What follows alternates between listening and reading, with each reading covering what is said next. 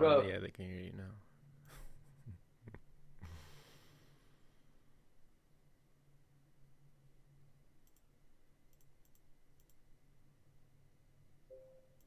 They said they can hear us? Oh, I hear us now. All right. Sorry about that, guys. And the shit is, I don't even know till it's too late. Until you're like, I can't hear you. Like, oh, Nah.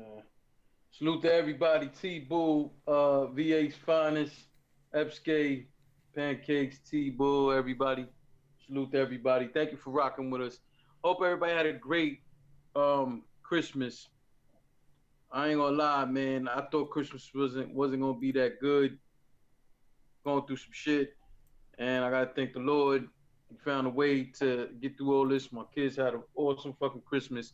Today continued their Christmas. Um, we took them to go see Aquaman and end up in GameStop getting all kind of shit. So like, these kids had an extended Christmas, how's man. Aquaman? It's all right. Uh, It looked good in the trailers. fools are crazy. Like that shit is crazy. The story was okay. Some of the acting was okay. The main chick in there, my only problem with her is you could tell that shit is a fucking wig on her head, and it was annoying me. I ain't gonna lie. But overall, I thought the movie was cool. What you thought about the movie? I think it was good. It was good. It was good. It reminds me of the old Justice League cartoon. Cause Aquaman's hair was long in that cartoon and not in the comic. And now he has longer hair now than he would normally have when he first appeared in the comic. Yeah, you should speak up because I don't think everybody can hear all that Okay. shit you whispering about. Okay, I thought it was good, and it reminded me of a Justice League cartoon because of Aquaman's long hair, okay, and not his normal short hair and his beard also. I'm surprised he didn't have a hook for him. So there you go. I mean, I thought it was cool though. I give it about an 8.5. Give it about an 8. Thought it was pretty good. I think kids will love all those movies no matter what, though. You know, I have Nah, a strong critique on those kinds of movies because a lot of them, the story be trash as hell, and the shit Yeah. that like really makes the movie is the graphics and the special effects. Yeah. Yeah. Like a lot of those I won't Spider-Man, lie. Superman movies are like that. Yeah, most of the time that is the case. Like the story be fucking trash, or it drags like a motherfucker. This one I ain't think dragged. It had like one or two moments. Of course, I felt they could have left out, but visually I thought it was dope. I thought the story was pretty good. And like I said, the main thing that was bothering me is this bitch's fucking wig, man. Like it just looked like something they got out of 99 cent store to me. I don't know why. Like for real, man, it was bothering me. It was bothering me. Andrea, salute. T7M Radio, what Yeah, up? T7, what up? Yep. Hey Biz, what up? All right, so we got a few people in here. Where you want to start off at? You want to start with JC and Big T, or you want to start with the announcement? Just finished watching. I got to be honest with JC and Big T. I wasn't fully paying attention because I was doing other shit. So I actually ran each one of their shits back. Like JC was almost done with his round, and I had to run it all the way back. And that's what took me long also because I was rewatching the shit. And then the same thing with I Big thought T. the whole time you was sitting there perming your head. Big T too. I kept hearing like cheerings and shit. I'm like, damn, I'm missing shit because I'm not even paying attention to it. So I ran it all the way back and replayed it. It was a good battle from what I caught. Like I caught most of it really. I just wasn't fine detail. Like mostly Big T's round. But surprisingly, Big T had some shit, and it was probably a better Big T than I've seen in a while. JC was cooking him though. JC won. Honestly, It wasn't a I'm bad stuck Big on T. who's going more. It was a good Big T. No, it was. It was. I'm kind of stuck on who won, and I'll explain why. But first, I have to say, like, I'm disappointed it was a one rounder. we've seen decent one rounders that you like. Okay, it was a round. I hate one rounders, but I hate one rounders even more when the battle is dope. You know what I'm saying? Like I've seen some okay one rounders. You like, all right. I don't know that I wanted to see 3 rounds of that shit. You know what I mean?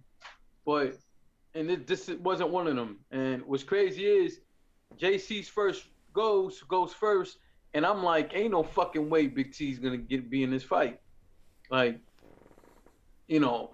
And again, it's not that I doubt Big T, man. It's not that I doubt Big T. I still think highly of Big T.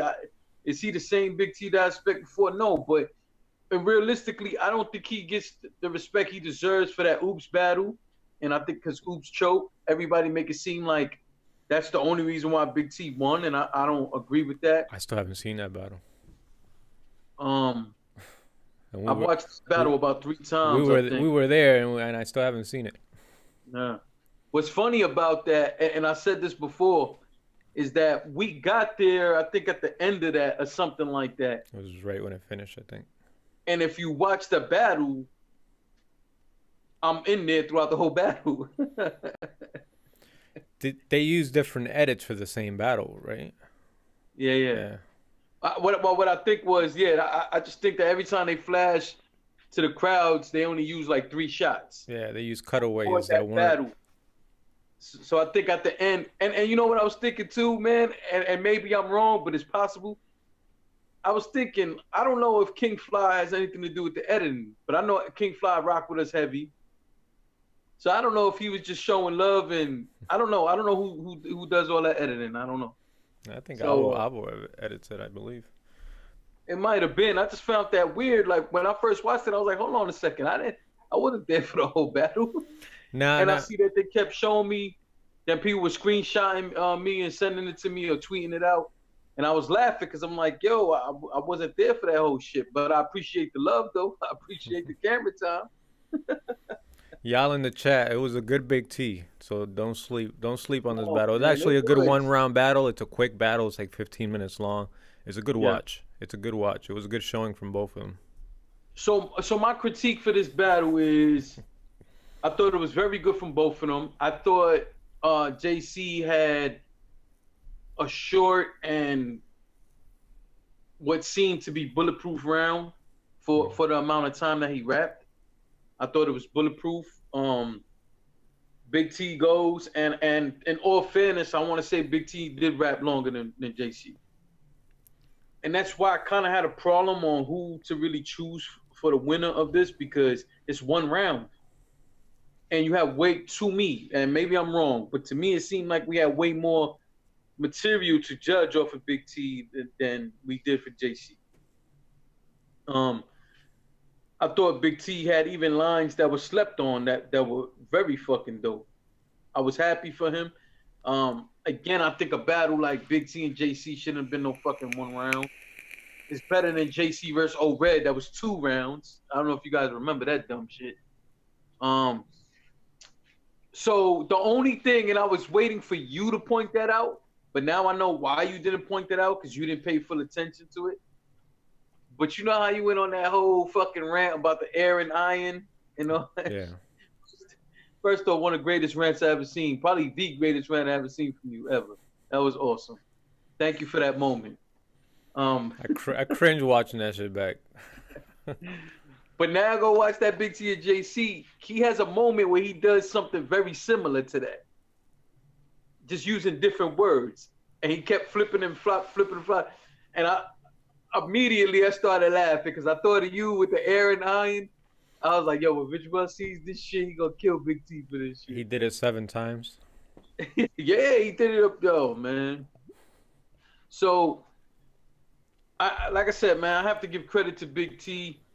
I think in his last few battles I've seen it. What's the last battles I've seen, man? Oops, probably. No, it was Oops. There was one more after that, but I think it was like a older battle. Then they dropped him versus, I think, J400 Block. On the Rare Breeze. He was on Rare Breeze, right? I didn't watch that shit. No, it was Ill Will and Big T. No, yeah, but around that same time, he had battled on the last UW event. That's the one with Shotgun Suge battled Chess. I can't remember who else was on that card. I didn't watch that card, but he battled J400 Block on there, and it dropped. It dropped like, I don't know, like a week after Oops or a few days after Oops. So we go with that, and we go with this battle with JC, and I just have to say, like, again, I like Big T, man, but he did go to them spurts where he wasn't that good, and like I always say, even for the Ill Will battle, you know, my issue with Big T is that he don't take responsibility. He blamed it on everybody else. But at the end of the day, just like we've said on this platform plenty of times, like, there's some people that we talk about them a lot and point out some of the shit they do because we want to see better from them. And for me personally, I do want to see better from Big T. So watching this battle, watching the Oops battle, I think the battle I was watching was him versus Relly Rel. And that might be like a year old or a few months old or some shit like that. And I thought he was good in that too. So, you know, you think setting matters that much with Big T at this point in his career?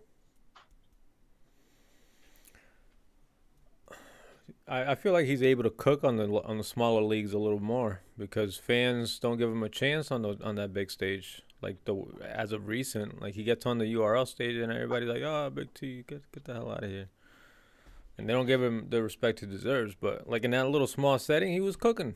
He was getting love. He was cooking.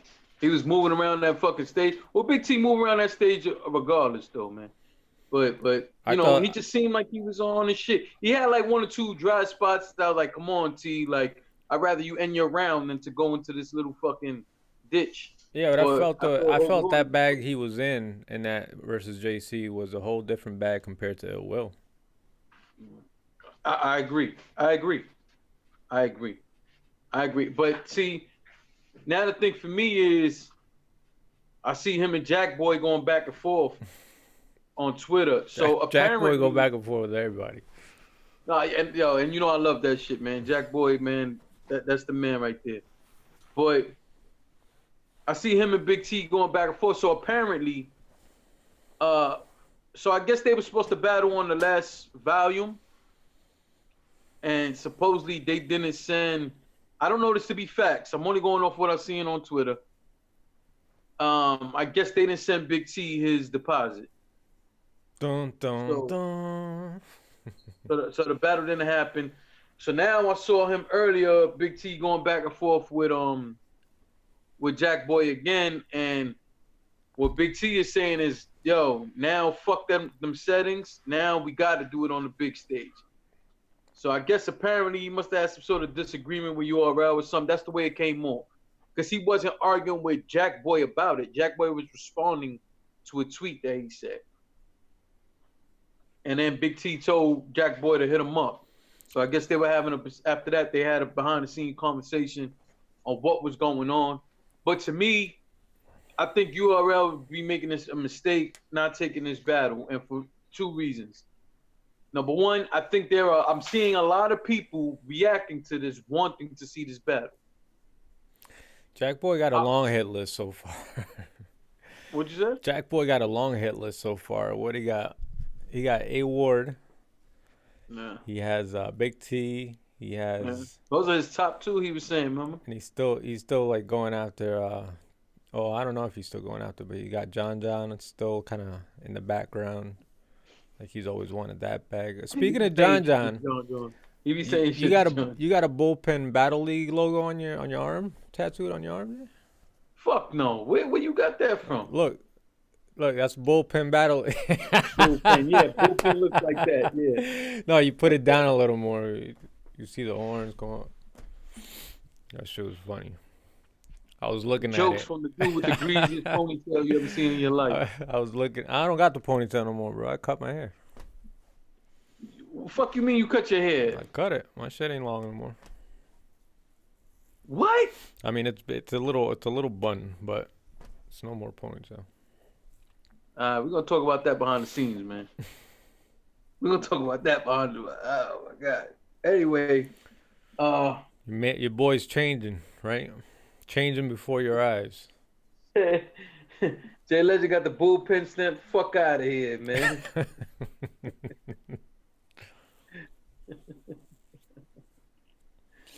Dude, crazy. I forgot what the fuck I was saying, man. Y'all acting retarded, man. Bullpen. I didn't say shit about no bullpen, man. Anyway, him and Jack Boy was going back and forth. I'm hoping that battle happens. I hope URL doesn't let that battle slip through the cracks. You know, unless it's a situation where Big T's asking for too much. But at the same time, I do see people want to see this battle. I want to see the battle, and I do think that the both of them, it could be creative. Not only that, they're hyping the fight up. Like, what the fuck? Like, I don't know, man. And it seems to me that Jack Boy wouldn't battle on another big league. So I don't know. I'm not saying, like, if I interview with him, if I go off some shit I seen in tweets, I just feel like he don't have an interest in battling in any bigger leagues. I mean, maybe his contract won't allow him to. I don't know. Well, if he's under contract. I hear him turned into a 17th century conquistador.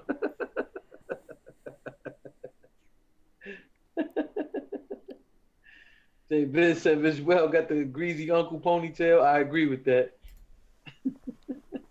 It's small. It's small. Pause. He said Visuel has the Mike P. man bun. Me out here reciting Cassidy rounds. Yo, listen, man. I agree. Like, we still don't got the Union page, but he's sitting there fucking writing down Cassidy bars. Cassidy bars. I didn't watch that blog. I refused to watch that shit. I got halfway through and I had more important things to do.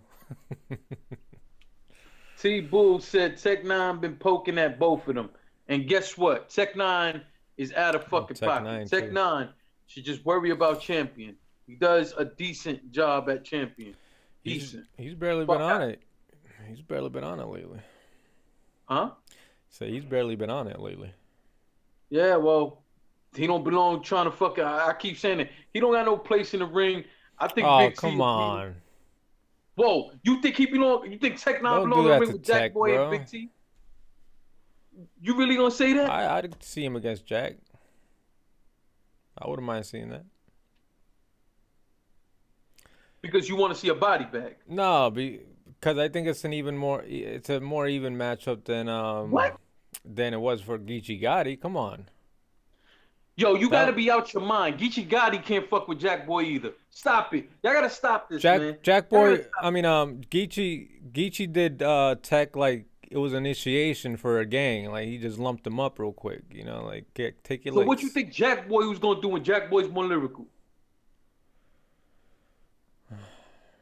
Exactly. Let that marinate. I'm gonna give you a few seconds. I'm gonna sit here quiet. I'm gonna sip my drink, and I'm gonna wait for your fucking response. And I'm hoping that the real Visuel is gonna show up and give us the right response. Hold on. Don't say anything. Hold on.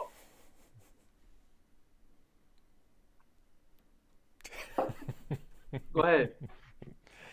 It's a better look on the resume for Jack Boy, I think, than it was for Geechee Gotti. Geechee didn't need that. Jack Boy don't need that shit. What? Listen, what does you can't tell me right now we don't have PGs who dust Tech 9 off. Stop it. Jack could be one of them. Jack ain't a fucking PG. Jack could beat a lot of these vets. Okay. So let's go back to Gyms versus Tech. Okay. What do you rate that battle? I still haven't seen the battle. Okay. And I ain't gonna lie, there's plenty of times I say I'm gonna watch it, and every time I remind myself that Tech is on there, I just. But I'm gonna tell you what, I'm gonna try my best tomorrow or Sunday to watch it. I'm gonna set an alarm in my phone and everything for me to get myself through those rounds. I watched that man get on camera and sing Regulator. the battle. Nobody gonna let that go, huh? And they shouldn't. And they shouldn't. Warren G should be hitting that man or should be suing him. The fucking audacity. The audacity for you to spit your third fucking round. Wasn't they in Cali? Wait, DME said, so lucky I can't come on. Dude just said Geechee can't fuck with Jack Boy. I'm done. I don't think you said that. Yeah, I said that. Oh, get the fuck out of here, man. Hold on. I said Jack Boy will beat Geechee too. Crazy. Y'all getting stuck off. Y'all stuck off that shit on what's believable. If we're going bar for bar, lyric for lyric, even performance, Jack Boy got him beat. Maybe performance. Maybe. Bars too. You telling me Geechee Gotti's more lyrical than Jack Boy? It's a different cadence. It's a different That's style. not what I asked. Geechee's lyrical too. You don't like the shit he be saying? I like to say the shit he's saying. I don't think he's that lyrical. I think you could predict a whole lot of bars from Geechee. And I like Geechee Gotti. But let's call it what it is. You mean to tell me about 70% of Geechee's bars you can't predict the punch? Or the punch ain't fucking dragged through the mud first? It don't take forever to get to that punch sometimes with Geechee? Them shits be hitting. I'm not saying they don't, but I'm saying let's not act like that don't happen. But it don't matter, Jay. Like even if it's as simple as it can be, depending on what you say, you can still make it rock. You can still have a more impactful shit with an easy, like simple, basic setup. It depends on what you say. You can be lyrical miracle all fucking day long, but the simple shit can take you out in a minute. I don't disagree with that. I think you're right. And of course, there's plenty of examples of that. But at the end of the day, right now, right here, if we're going attribute for attribute and what we've seen on that screen, I'm going to tell you right now, I don't see how Geechee Gotti lyrically, please listen to the point, people. I know the fucking I know what you're saying. I can't agree or disagree with that.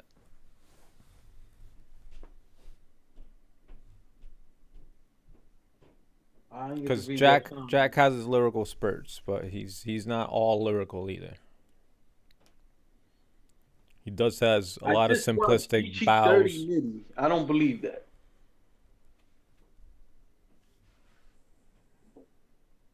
I didn't see that battle, Visual. Would you agree with that statement?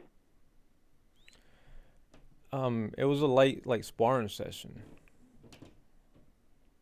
Cause they over here talking about Geechee 30 them. I don't know what the fuck y'all talking about. It was a good back and forth. Jay Biz said there's a lot of exotic drug use tonight. TM7, does the union have a PayPal? No, but I have one, and I'll split it with the guys. No, he won't. Yes, I would. He gonna use that money to buy a circular border around that bullpen battle league tattoo.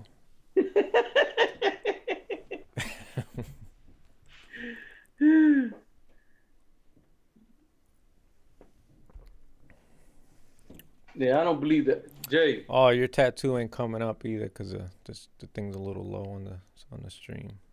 I want one of you guys to please give me my laptop charger. Is right on the armrest. Kushi 13 said Jack Boy man stole Jay Legend's mind. So, switching gears here, Shotgun Suge versus X Factor. What you think? Oh, and the fucking Yorkies in the chat, which makes no sense because he might as well just be right here. He might as well be in the on the video stream with us.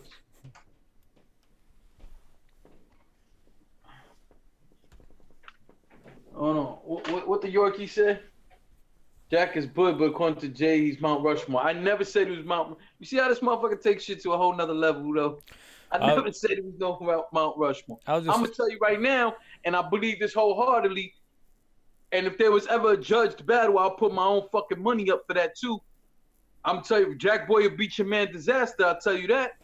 I know you're an Arsenal fan too. He'll dust his Arsenal ass off too. Put him in the ring with Geechee. I think he'll beat Geechee as well, clearly. I don't think he'll be I think disaster. I don't think he'll be disaster either. You Oh, better put some know who respect else on Jack Boy- disaster's name, man. What the hell wrong with you? Oh, yo, you want to know who else Jack Boy beat? X Factor. That would be a Let's good. talk about That would be a good match. No, it wouldn't. No, it wouldn't. No, it wouldn't. No, tell me how. You tell me how you think that would be a good match, Visual. First of all, that battle was biased because you had a lot of cheerleaders in the room for Suge, and X Factor didn't really have no backing. So a lot of that ambiance and hyping in the background, that was a little extra. Shotgun Suge clearly won this battle. I gave it 2-1 to Shotgun Suge first and the second round. Third round, X had a decent round. He had a pretty good round, and in comparison to the first two, I thought there was a lot of stuff that just wasn't landing. There were bars, but they weren't anything impactful. It was just like, yeah, okay, that was a bar. But the third had a little bit in it, and Suge was sloppy on his third. He was stuttering. So I gave that third to X Factor. It wasn't a 30. I see a lot of 30s and shit online. It wasn't All a right, 30 in so my opinion. I want your opinion on this though. So I thought X Factor's first round, I thought he had some dope lines, but they were so much space in between every dope line. He might only had like 3 fucking dope lines in that first round. There was so much space between that. I was like confused for a second there. I actually thought that second round was closer than what people give it credit for. Personally, my issue with X Factor, number one, most of the time it looked like he was battling the camera. He wasn't even battling Suge. I thought that he was expecting, he had quite a few bars where he expected reaction from it. But if you're battling in that setting, you should not be expecting reaction. That's not what that setting is for, right? If it happens, it happens. If it don't, it don't. Now, if I had to listen to you, DM me, and one or two people on social media, I'm thinking Suge was gonna be super gassed for every bar, and I didn't see that. There was one round that I thought maybe he had 1 or 2 decent lines that they cheered for, but other than that, I don't think they were over gassing Suge. I didn't see that. Honestly, I didn't see that. That's what I thought. Is Suge had like maybe 2, possibly 3 good bars per round in that whole shit. I mean, I thought he had more than that, but first off, even with Suge, I'm tired of hearing. For a long time, he strayed away from these movie bars. Now it seems like he's back to the fucking movie bars. Like Suge, that was too much. And then for X Factor, even though I liked the way he attacked that Detroit angle, yo, that shit was damn near 10 years ago, man. When did that whole Detroit shit happen? 2009, 2010? It was a while ago. Like, come on now, man. Like how many times we gonna keep hearing about it? Did I like the way he approached it? I thought it was cool the way he approached it because he came at it from a different angle than a lot of other people came at it.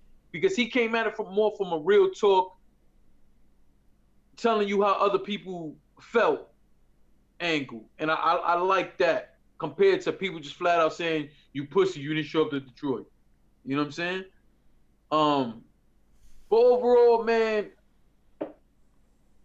even X Factor said it in the battle. He didn't want to battle Suge. Someone like, why are you still taking these fucking battles you don't like? You're not winning. He did well versus Jerry West, still lost. He did okay against Suge. He had moments he still lost, and we can't blame that shit on the people reacting because there was only like maybe 2 or 3 times that people reacted for a subpar bar. It wasn't like the crowd was fucking going crazy. Stop it, man. Stop it. Yeah, he was definitely being gassed. Yo, I don't see that. I don't see that. Y'all make it seem I would thought every round people were gonna be like, oh for everything Suge said, and that's not what happened, man. That's how you saw it, Visual? You thought there was gas and everything? I thought there was enough gas to call it gas. You think it was enough to sway somebody's opinion? Whose opinion? The viewers? Yeah. No, I don't think that is a factor. No pun intended in this in the swaying of things. I think Suge is the more popular one, and X Factor, especially with the new wave over the years of people that came into battle rap. They know Suge, they don't really know X Factor. So right off the bat, they're gonna, root for Suge. Visual, what you just said is a way greater point than just saying they were gassing Suge. I see the Yorkie in the chat making fucking excuses for X Factor again. Talking about, everybody went on Suge's side to gas. Fuck out of here. Fuck out of here. Like, come on, we gotta stop this. And dear me, just because you cool with him and he tells you what he thought, he's only telling you what he thought. That ain't fucking a fact. That's not a fact. So everyone left from behind X to go over there to gas. Like, where the fuck did you see that, though? And then on top of that, I'm expecting that we all know bars enough to know if something's gas, you still gonna show love to the dude who's not getting it because he's saying some dope shit. I don't need the crowd to react to bars for me to say I like a bar. I don't understand that. We gotta stop making excuses, DME. We gotta fucking stop with the excuse making, man. We gotta X Factor while the battle was going on was fucking complaining. Round 2 and round 3 on the side complaining. We gotta stop that, man. I want to see X Factor. X Factor had to be on. It was a point in time where, and I believe X had to be in everybody's top 10, let alone top 5. There was a period in battle rap where he was mentioned amongst the elites. And even when you go back and look at some of that, you know how many times X got gassed? You know how many times people, like, there's not that many battle rappers out there who's never had moments that they were overhyped. Stop the shit. Stop it. We can't do that, man. We can't do that. Go back and watch old X Factor battles and tell me we don't watch battles where he was being fucking gassed. I just want to see X get back on his shit. He didn't look interested against Suge. That's the truth. That's not true. That's my opinion. That's the truth about how I feel. He didn't look like he gave a fuck about the Suge battle. He didn't. What do you think of that? Well, what DME just said, making facts stood behind X Factor, and we ain't letting them do you like that, so he lying. Cool. Well, this is the thing too. X Factor is not super active either in comparison to Suge, and Suge is part of like the circle, the in circle now. So of course, even the people within the circle are gonna like root for Suge more. Yeah. You know. I think it's that like I think it's like a code, anyways. Like the group code. So again, Visual, I think you bring up valid points. But it's like, I don't think that some of this applies to this battle. And let me explain why. I think we could pull up battles from maybe the last year alone where we could see clear gas. Clear. And if you think I'm bullshitting, and I mean this in no disrespectful way, but it's the truth. If you want to see pure gas, go watch a We Go Hard battle. Facts. I keep saying I'm going to go to a We Go Hard battle. It's hard for me to do it because I want to hear the bars. I don't want to hear the fucking crowd. The crowd be overtaking the battles, and these guys be rapping for fucking 15 minutes, the whole battle. The other 25 minutes is gas. I can't even watch when the battle's online. That's the truth. So when you tell me a battle was gas, I'm thinking along the lines of some shit like that. They might be going too far, but we've seen big stage battles get really gassed. You mean to tell me you can match that up with what happened with Suge versus X Factor? Really? Just think about that for a second. Don't even say nothing yet, bitch. Well, run that through your mind one good time. Everybody in the chat, please take the second to just think about what I'm saying. Look at Shotgun Suge versus X Factor, and look at some of these gas battles we've seen throughout the year. You mean to tell me you can match that up? No. Thank you. That's all. That's all. I'm just saying they in comparison to, I mean, I don't know, man. I don't know if you can call it full gas because X Factor wasn't saying anything that wowed me either. For me to even want to gas. He I won't lie. He had a few lines that I was like, that was fire. There's lines that I thought, yo, that was cool. The cuticle line. I like that shit. You didn't like that? Yeah, it was okay. I like that shit. I thought that was dope. I thought if he would have said it a little bit faster, I thought it would have been better. But I think if he would have said it faster, a lot of people in the room wouldn't have got that shit. But I thought I liked that. I thought it was creative. That was an X Factor bar, if that makes sense to you. Okay, DME saying, "Oh, look, the band settings should have no crowd reaction." I'm with him. Well, who said that? Who made that rule? Listen, I'm with DME. I thought the volume series was supposed to do that, not the band. You was getting all types of reaction in when Jack Boy went off on that band. Yo, you right. You right, Visual. You are right. The band theme is a secret theme, not a silent theme. You right. You're right. My problem with this, I said this before, I'm gonna keep saying it. These veterans do not belong on band. My opinion. I don't think they belong on it. These motherfuckers don't have that hunger for that. They don't have that. Listen, like I said, if you're a veteran, want to battle on band, I think you should have to go see Steams or have to go see Jack Boy. That's my opinion. Oh, they set the bar high. And for me, that should be for these up and coming guys. Don't ruin this shit, man. Don't ruin this shit. They already ruined it by promoting these fucking battles. Band was supposed to just drop when it drops.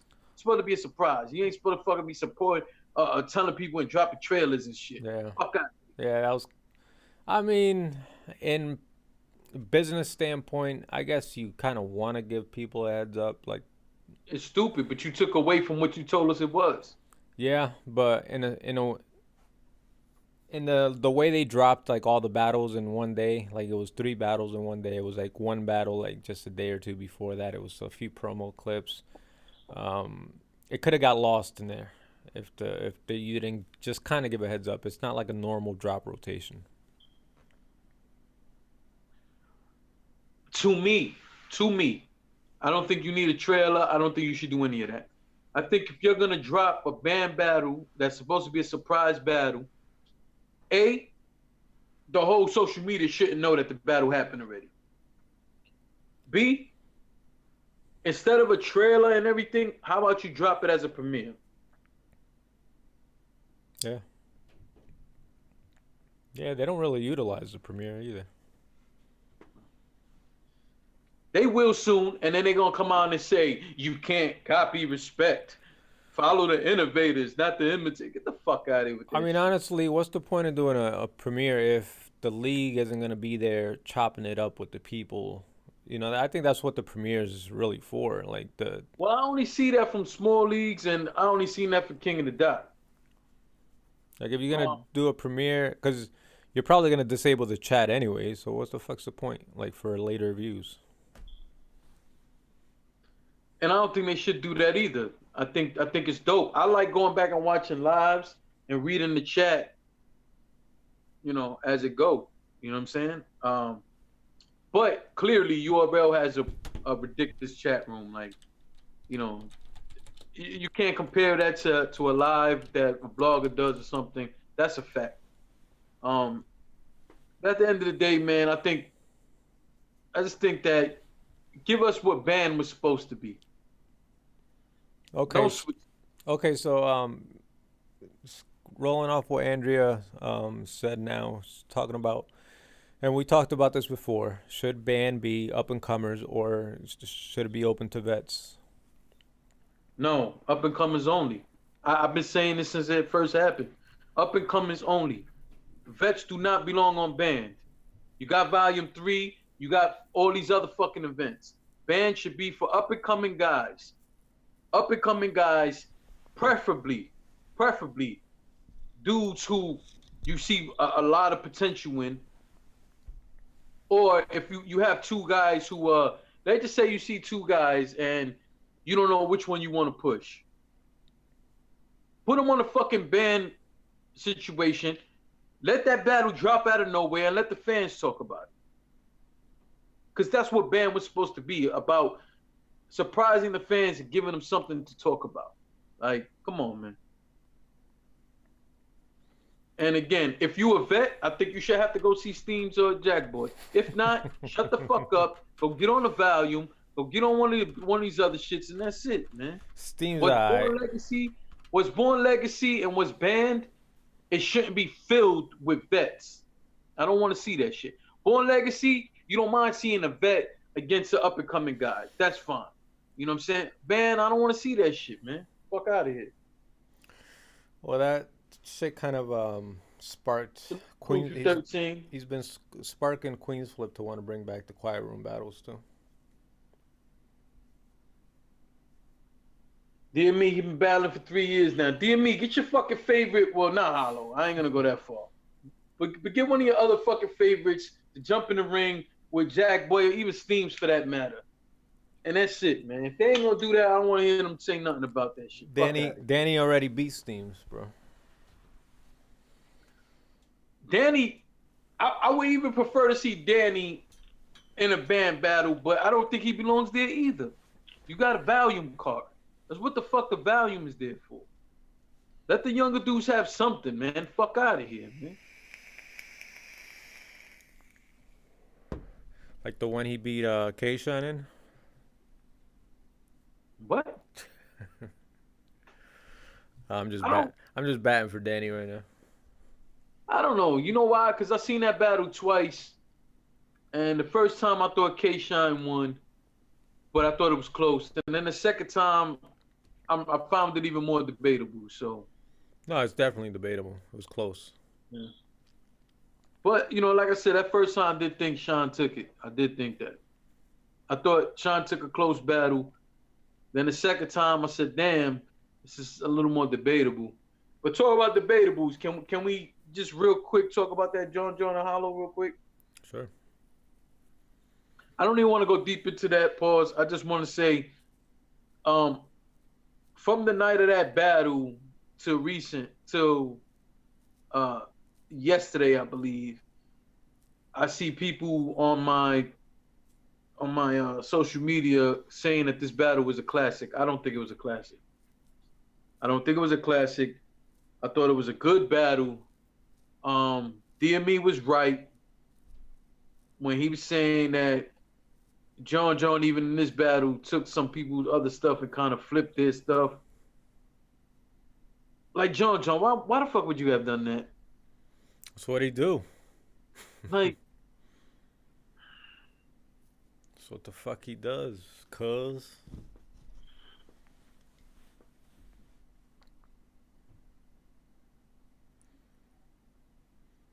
Have you heard an original John round? Like, yeah. Nah, fuck out of here, man.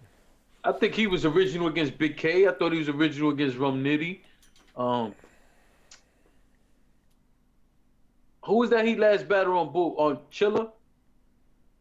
I didn't see the thing with the Chilla battle was I never got to watch the whole battle paying attention. Like, it seems like every time I put that battle on, well, let me not say every time. I put that battle on twice, I think. You fall asleep? Huh? You fall asleep? No. No, man. For some reason, people come and fucking talk to me on my phone starts ringing. So I never got to watch that battle. That's why I never get through all 3 rounds, because somehow, like, people want my fucking attention when I put that battle on, and then you know. He seems like a decent enough guy. I'm not a fan of the battle rapper. So you know this, yeah. I actually and help me out here. So John battled Big K, Rum Nitty, Hollow, Chilla Jones, and somebody else this year. Who he battled? What platforms he battled Chilla Jones on?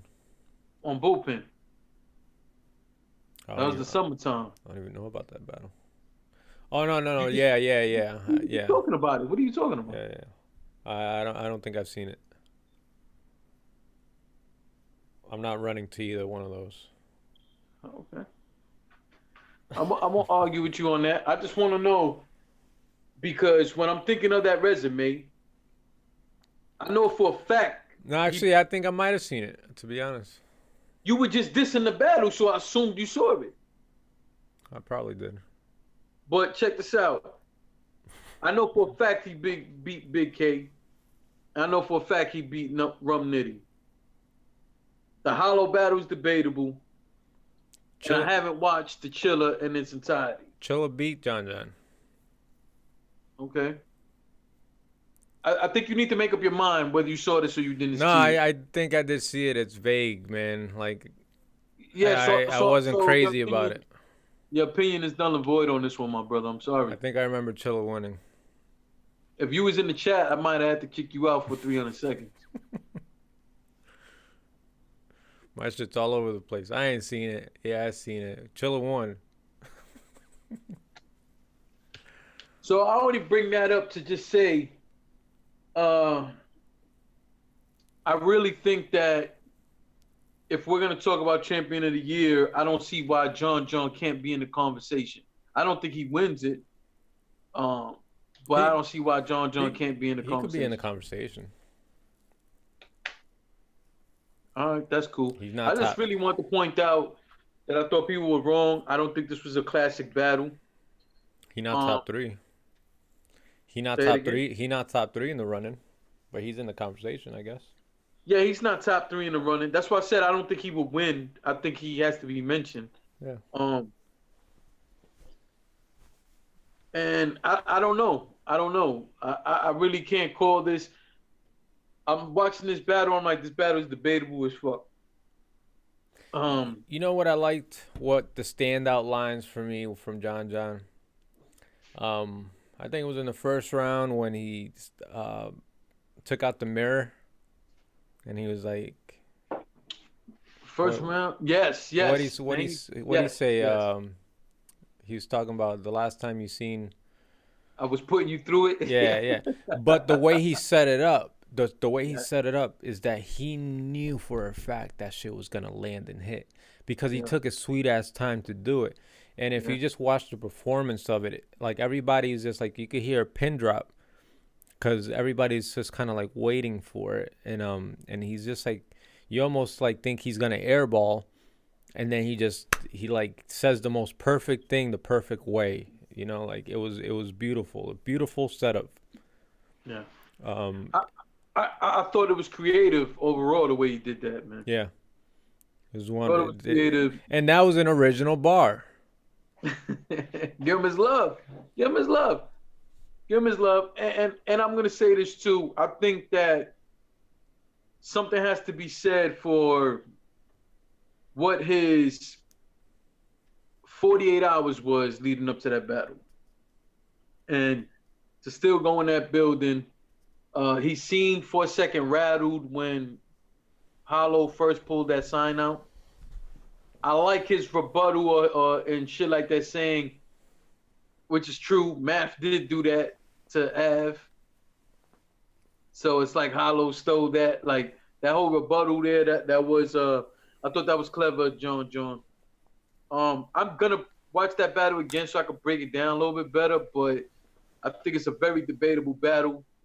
I do want to give him credit for how he performed, how he kept that intensity, how he didn't choke. Like, some got to be said for what his 48 hours was like before that battle. Mm-hmm. You know what I mean? And it's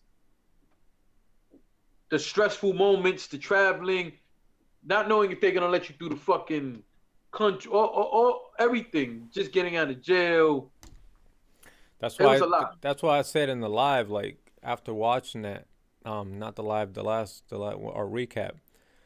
You know, I said I commend and respect the hell out of John John because after all that he went through, his main focus was that fucking battle, and he didn't let any of that shit like bring him down. And he said he was like running on no sleep the whole time. Yeah, yeah. And it was just we could debate what the material was, right? I don't give a fuck if you have full sleep. We're always and that's what we do as supporters of the culture. We're going to debate your material, even if you thought it was the best. How many times we hear guys say, "Oh, this is my best shit ever," and we think that shit sucks. But to maintain that energy the way he did all three fucking rounds, uh, all that, man, I think I appreciated that part more than the actual bars. And you know what? I think not to jump into this, but I think that same type of motivation is the same type of motivation that Verb is gonna have when he battles Lux. Waiting all this fucking time for that battle, and when that moment comes, ain't nothing gonna stop him from getting that adrenaline and that dopamine, uh, that hit when you're on there and the time comes. I think he's not to jump into that, but I think I got Verb, man. I got Verb winning that. I'm torn. Pause. I just don't. Salute to Three Letter Man. I was just listening earlier to his interview with Lux. Apparently he got one with Verb too, but I haven't heard it. Lux sounds so motivated. Yeah. Scary. I hate Lux interviews. Lux dances around a question like a motherfucker. That's Michael Jackson and dancing around questions. Lux don't answer shit directly. And I felt like this time around he was a bit more direct than normally. I felt he was a little more intense than normal. And Lux got me believing that these guys are ready for the kill. My only problem is this shit ain't till the spring. It ain't till the spring. They got a whole season to prep for this shit. In Houston, we still don't know the date. I don't even know if Verb or Lux knows the damn date. But I want to say Lux. You guys know I think so highly of Verb. And what I seen Verb battle through on that night against Mook was stuff that you guys didn't see everything on the camera. Verb, I had a newfound respect for Verb after that. I always thought highly of him, but I just respected him that much more. And I just gotta say this. Verb, it's another one of them classic situations of be careful what you wish for. So you might not have asked for Mook, but you've been asking for Lux. And I want to see this battle badly. I honestly don't know who to pick. Maybe when we get closer to the time, I'll have a better. But I'm just expecting great things from this battle. And Verb has set a new bar for himself as well. So he has an uphill battle, man. Verb, Lux does too. Don't get that fucked up. But I think the pressure's more on Verb. See, I was thinking about this, man, and Lux is like a regional, like, champ, right? Like inside in New York, he's the goats. He's in the goats. Outside of that area, people don't feel him like that. He's like that at home in Mecca. Like outside, Houston is dangerous territory for fucking Lux, cause Verb's been around. He's been moving around, shifting around. People respect him for that. They know him for that.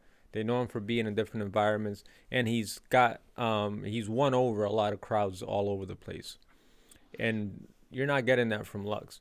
So coming outside of New York, like that's pretty dangerous for him. I don't think it's gonna go as he plans it's gonna go. I mean, going against Verb, so I don't think it's gonna go as he planned. I think it's less about the crowd and him having to write for Verb. And what I mean by that is we know that I don't think Houston is gonna go for the super lyrical shit. But at the same time, Verb is gonna look to. I don't think he's gonna try to outwrite him to the fullest. But don't get it wrong. I think that Verb's gonna look to challenge him on all fronts, if that makes sense. Yeah, but like you look at Mook versus Lux, right? Mook is more appealing. Mook is more appealing to the ear, outside of the like the realm that you're in. Like the people with accents can understand the accents, but outside of that, like you don't catch shit as much, and you don't get the wittiness, like the New York Harlem kind of talk. Like people aren't accustomed to that, so things don't like stick as well as a Verb can put it. Like the way Verb's delivery is, it's much more appealing to a broader audience. Check everything. Where if he was in New York, that talk and that slang, that tongue pause would absolutely sway the crowd in his favor. But you don't have that in Houston. This isn't New York. You're not in Manhattan. This shit ain't gonna work, bro. I got Verb all the way 2-1. It's hard to argue that right now. It's hard to argue though. Let me fill my glass, and then we're gonna talk about what I really want to talk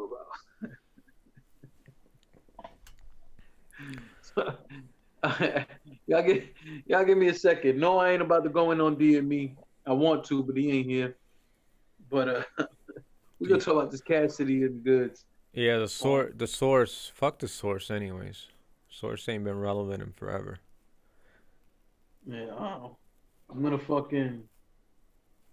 Let me fill my glass. Bunch of biased ass people that work for the source. All their editors. Hey, neither one of you have medicine there? Did you move this stuff around in your book bag? Chat. I'm in control of Jay Legend's chat, by the way. He's not typing, I am.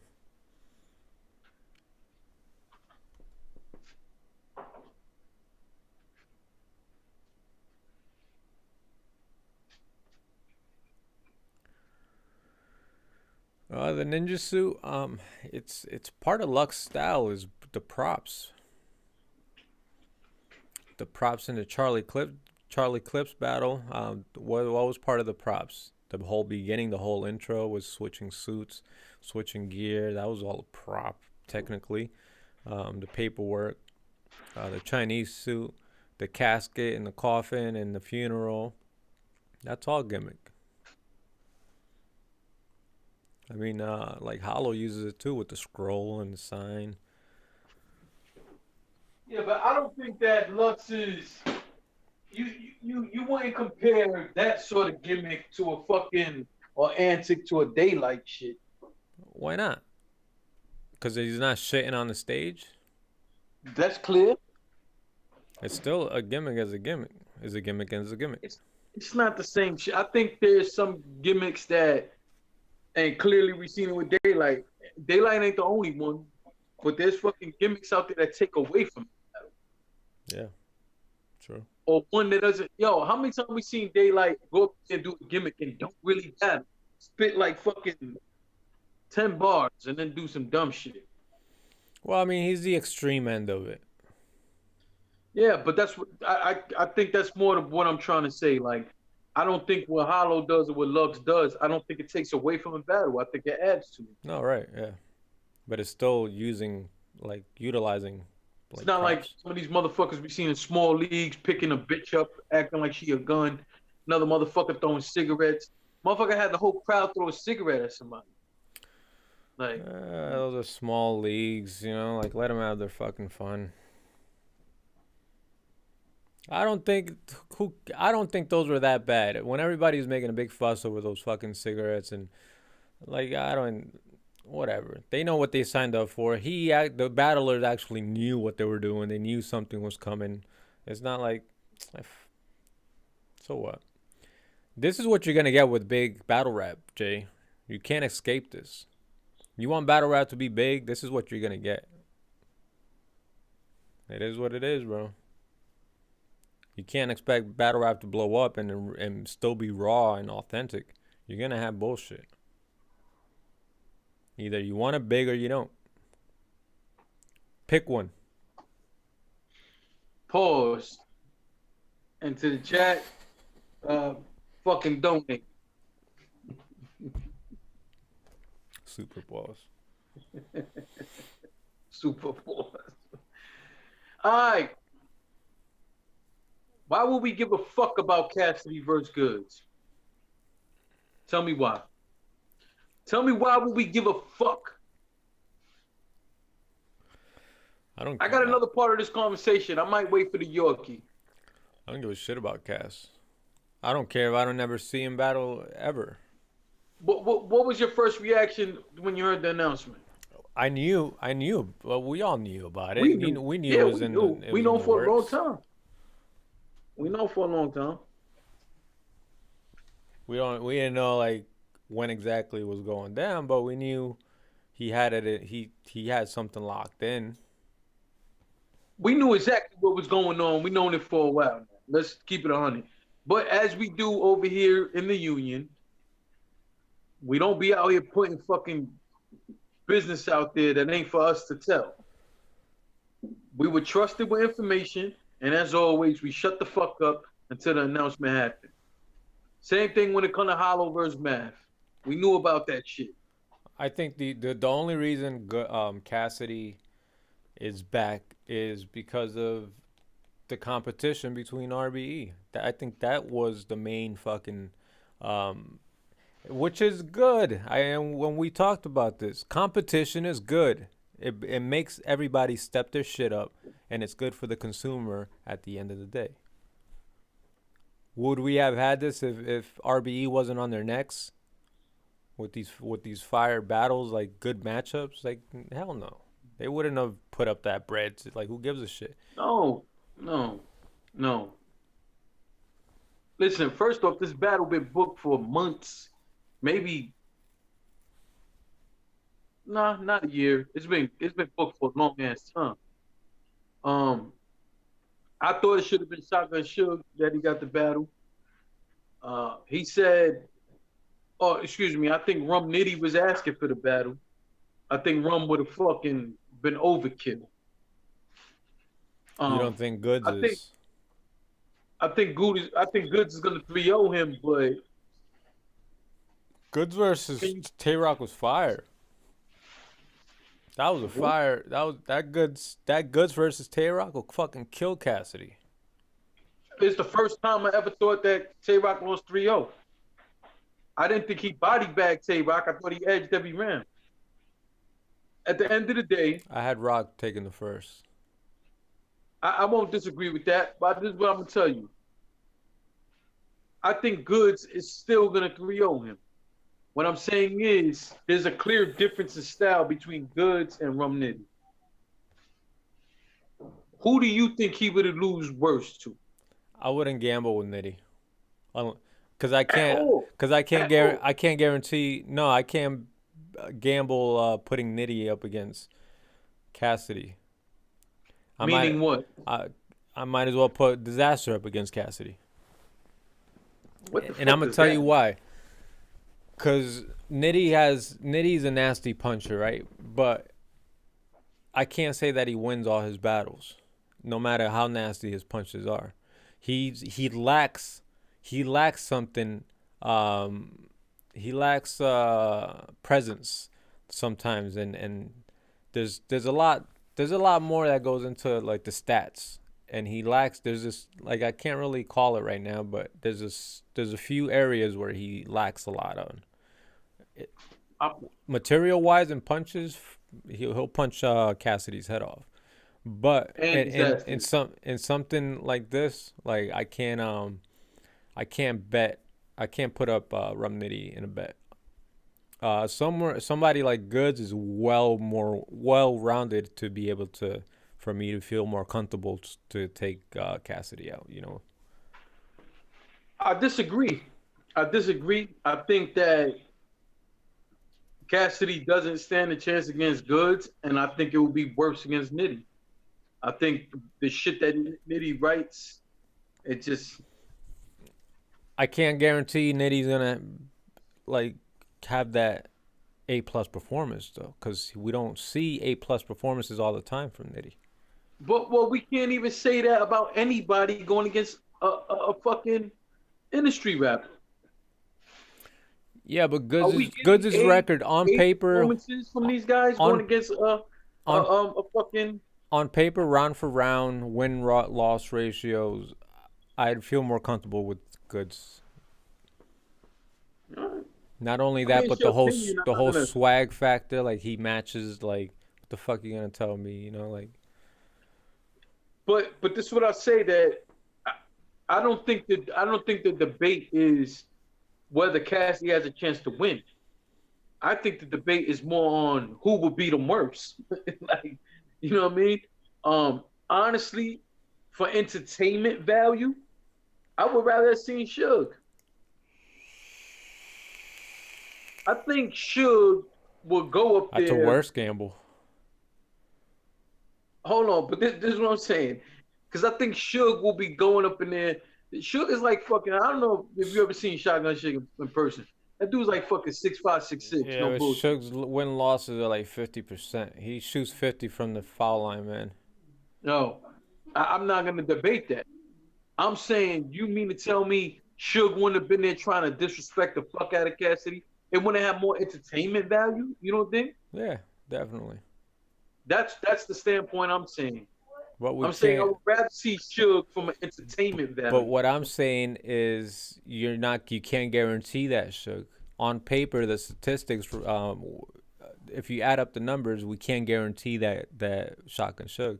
I want somebody like that has a good ratio of guaranteed rate to battle Cass. That's what. Well, like I said, Goodz is a good. If it was you, 100%, if you had the absolute call, who would it be? And hold on, I'm talking about anybody. Anybody. If you had an absolute call, please don't name another fucking industry rapper. Nah, that's a good question though. In terms of battle rap, if you could make the call for whoever you want, who would it be? I don't even know that Cassidy will beat these PGs, which makes Disaster look that much more worse. But that's another subject. Well, if you told me he was battling Disaster, if they never battle, I would say Disaster was going to wipe the floor with him. But we didn't get that Disaster, did we? Well, no, I'm not. No. Hold on. You're the wrong person to be talking about that, anyways. No. You're the wrong person to be going there with. No. Come on, Disaster's washed. He's one of the best in the world. The fuck out of here! I don't see how, man. Just don't see how, man. I've seen him get torched so many fucking times. I don't know how. That guy spit so much fucking filler. You don't like Disaster versus a more recent battle. Hollow. Disaster versus Hollow. Horrible. That was a good Disaster. He was great against Solomon. No, it wasn't. He rapped for 25 fucking minutes. He had. The ending sucked. He fucked that up for himself. Huh? He fucked that up for himself by going overtime and like fucking up the vibe of the battle. Like, let's be real. It's just like Arsenal, man. Like, you can't have one good line every 3 to 5 minutes and think you won a fucking battle. Fuck out of here. Fuck out of here. No. Jay Legend wants to see Jack Boy versus Cassidy. We're not doing it. I think I think that, first off, Jack Boy would kill Cassidy. Bow. I think A Ward would kill Cassidy. I will put A Ward up against him. I think A Ward would smoke him. If I right now could put anybody Those records that I'm Like I said, talking about, those records, those ratios on paper, A yeah, Ward you would be a good got to bet. chill the fuck out. You about to go to sleep, man. You out here acting like you working out. Come on, man. Man, kid running around the damn house, man. What you said? Say it again. I said A Ward on paper statistically would be a good match because I would probably trust A Ward to be at 100%, like he usually comes 100% for a lot of his battles. Yeah, he would kill Cassidy. He has a great ratio, win loss, and showing up. I got two people I would like to, besides the people we already mentioned. I got two people I would like to see battle Cassidy, and I think it will be fucking incredible. One will be a lyrical ass whipping, and that'll be Cassidy against Saint Mike. Ah, Saint Mike. Saint Mike will fucking destroy You Cassidy. and Saint Mike, bro. Saint Mike will destroy Cassidy. Stop it. He will destroy Cassidy. If you don't choke. That's fair. That's fair. That's what's been holding Saint Mike back. Like, he can't come with a clean performance. That's fair. You think if Saint Mike was clean every time, we'd be seeing him? That's fair. That's fair. Leagues will be calling him up. He's shaky, like newborn. He has a newborn effect. Newborns, though. Nah, newborn might be worse. And the reason why, newborn be like arguing with the crowd.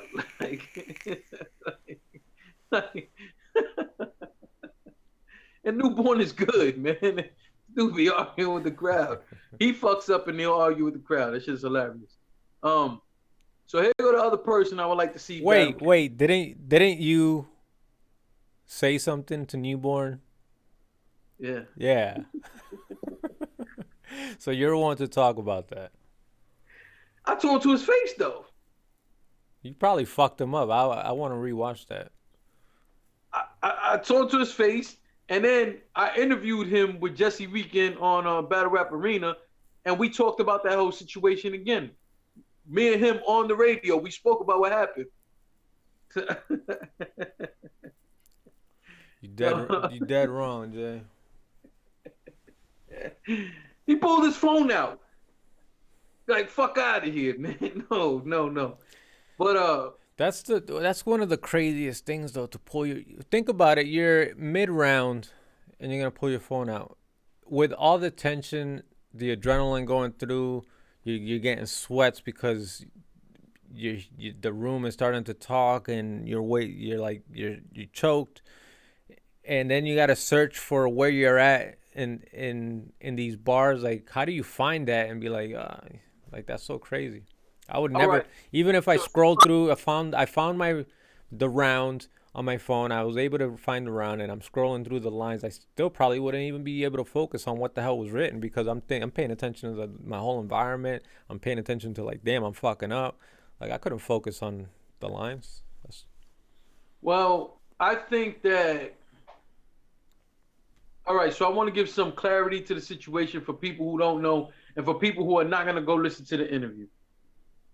So what happened was, on the stage, RBE writer's card, Newborn was battling B Magic. I was standing with B Magic on the stage, and B Magic's going through his round, and like Born is like focused on other shit. Long story short, it's his turn to go, and he can't start his round. So he pulls the phone out, and he starts scrolling through it, and I call him out on it. We had a little back and forth, and the battle went on. Now, I think they edited some of it out because when I went back and watched it last, it was like a split-second thing, but that's not what happened. Anyway, when he got off the stage, I went up to him. Me and him talked. I apologized because I could have ruined the whole battle, and I was wrong for that. But you got to understand, I paid all that money to stand here and be able to watch this battle. B Magic's going through his fucking round. Why couldn't you pull out your phone while B Magic was rapping and check your round? I don't have a problem with that. You can't start your round and then pull your phone out. You just can't. You can't do that. But I was wrong the way I called it out because I could have started some other shit. So when he got up the stage, I approached him, and I was like, "Yo, you know what I mean? Because I'm a man about my shit. I know what I said to him, and I ain't gonna do no faggot shit and say something on the stage and then hide after that. Like, no, I'm here. You know what I said. You know, we addressing the problem right there. We spoke about it. It was nothing. Like I said, I did apologize because I could have ruined the whole fucking night. You know what I mean? Blood would have been on your hands, Jay. Now about I want to say September. Actually, no, we interviewed him right before his close combat battle with Chilla Jones. And in that interview, the conversation came back up, and I addressed it, and he addressed it, and me and him is cool. We passed the shit. It's no problem. I've seen him plenty of times at I've seen him at RBE events. I've seen him. You know what I'm saying? We cool. It ain't no thing, but I could not say nothing that night. Like that was. I should have shut up. I shouldn't have said anything, but I said something, and it was what it was. But me and Born cool, man. But you know what I felt bad about what? to Born? Remember when we were at Mass and Born was staying at the same hotel as no, wait. What was it? No. This was the year before. Okay, so the year before, it was Mass 3, because Mass 4 was the one that just happened, right? Yeah. Okay, so Mass 3. I went with Big Al after the show, and it was Mr. In the Building was staying with Big Al. You know, they were sharing a hotel room.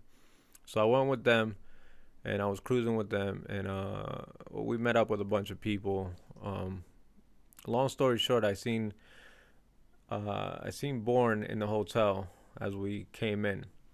So I said what's up to him, and I asked him if he was battling, but the way that I said it, yeah, it was after Mass. So they had the Jeezy event right after the day after, right? So I asked him. Oh yeah, he was on there, right? No, he wasn't on. But I asked him, was he battling tomorrow, which was the GZ event? And in my mind, I didn't think nothing of it. But in retrospect, it was kind of disrespectful because I'm like, you battling in the GZ, Born? Like, Born's a vet. Like, come on. You know, like, I felt bad, like, saying, like, in retrospect, I felt bad that I said, yo, you battling in this the day 2 card, which is a step down, you know. It's kind of disrespectful in a sense, you know. Right. So looking back at it, you know, and he was like, nah, he laughed about it. But you know, just what if Born would have put the rush on you? Put some respect on my name. If I ain't on the main card, I ain't on the card at all. What if my man Born would have put the blitz on you, boy? Yeah, I felt bad for asking that question, like he was a GZ or something, you know what I mean? Like, damn. No, I think highly of Born. I think Born's only problem, and we talked about it in that interview, and then he did it in the Jones battle. I told him in the interview, Born, I think your only problem is if you don't get no crowd reaction, it throws you off, and you start arguing with the crowd. And he was like, nah, I ain't gonna do that no more. And what'd he do? He did that next battle against Chilla. Go watch that battle. He's arguing with the crowd. Oh, y'all not reacting for my shit. Y'all like, yo, what the fuck is wrong with you, man? Like, what are you doing? But Born is absolutely fire to me. He got to get over that. She's another one that sometimes can't get through his rounds. He'll choke. But I think he chokes because he gets so invested in the crowd not reacting to him. Like, so what? Just fucking go, because Born is dope. Born has improved drastically throughout the years. Yeah, but when it's always time to show up, like, he drops the ball, it seems like. Look at all right. I hate to just keep going in on Born, but Look at the what was that battle event called where Twerk no showed? Danger Zone. That's the same one he battled Chilla. Right, and he choked to high hell in that shit. I'm telling you, he was arguing with the. You don't remember that? He's arguing with them. Yeah, that's what I'm saying. Like what the like fuck? yo, you got some names. It's time to show up, and then like you drop the ball, bro. Like damn. And I was excited to see Born. That was a good battle. I wanted to see. They were both good pens. I was like, all right, let's go. And then he just like still did very good, but he took away from it with the fucking complaining. Go watch that battle again, man. He did very good. He got 3-0'd, but I thought two of the 3 rounds. He was choking. What do you mean they're very good? I'm talking about material wise. I thought it was very good. He beat himself some of those rounds. Not one of those rounds he stumbled almost every fucking bar. I think it was the second round. Second or third round. Combat battle league. Whole shit. I'm like, what the fuck? But if you listen to everything he wrote some fire fucking bars. He did. But he'll say something dope and then the crowd don't react. Oh, y'all ain't gotta react to my shit. It's alright, y'all ain't gotta react to my shit. Yo, what the fuck? Keep rapping, fam. What the fuck are you talking about? Then you up there against Chilla. Y'all were talking mad shit to each other. Like, come on, man. What the fuck is wrong with you, man? You can't lay no egg like that, man. You can't do that shit. So before I forget, the other person I want to see Cassidy battle, and I think he has the opportunity to embarrass Cassidy, but he too has to be able to get through his fucking rounds. Clean Paper. Actually, Clean's about to come back. I think Clean will wash Cassidy. Clean's coming back. Shout out to Norbs, man. I know you don't like Norbs, but he's been putting in a lot of work in his podcast and his YouTube channel. Norbs it all. You know, when he goes live, I get to, jump on his live. I ask questions. He answers the questions. You know, like mind you guys, I'm banned from URL, and I still chop it up with Norbs. Two of the 3 union members is banned from URL. Ain't this a bitch? So I'm still able to get the opportunity to chop it up and ask questions. And he answers fairly. He's not sarcastic. He just answers straight up. And my point is he's been having a lot of material lately. A lot of interviews he's done as of late. He's just been dropping them. He's been dropping a lot of info within those interviews, like Young Goddess is on her return back. That's almost guaranteed, and I know that from those interviews. QP's about to start making a return back. What return? He's been making a return on RBE and on Black Ice. But the thing is, he ain't been getting the respect. Like, he returned for Twerk. He had some ring rust there. Okay, then after that, they put him up against Young X. Young X, he turned up. Had 2 showings on RBE. Had like 3 showings on fucking Black Ice. What are you talking about coming back? What do you mean? He ain't been like really highlighted. That's one of those. That's one of those rappers. A little bit more if you just said you didn't see the battles. Who? You. I seen all his battles. So what the fuck are you talking about on his way back? What are you talking about? 2018 was his comeback. Nah, he ain't really been highlighted. He just kind of been throwing on undercards and like he ain't been really promoted. That's what I'm saying. He ain't getting no push. Whose fault is that? Well, it's everybody's fault, really. No, fuck no. Listen, he said it out his own mouth, and that's why I respect him. He said it out his own mouth. He fucked up. He's been trying. He spent 2018 trying to make it right with everybody, right? You can't be mad at nobody's pushing you. They don't know you gonna fucking show up.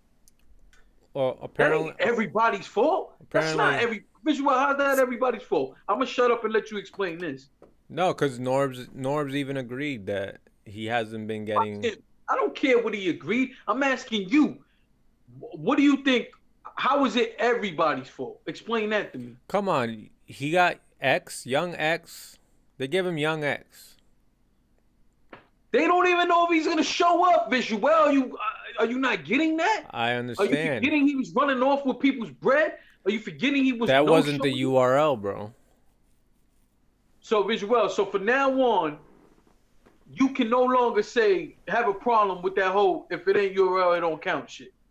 Because what you just said right No, now no, I'm is talking about. URL, it don't No, count. I'm just talking about URL like business, because those are.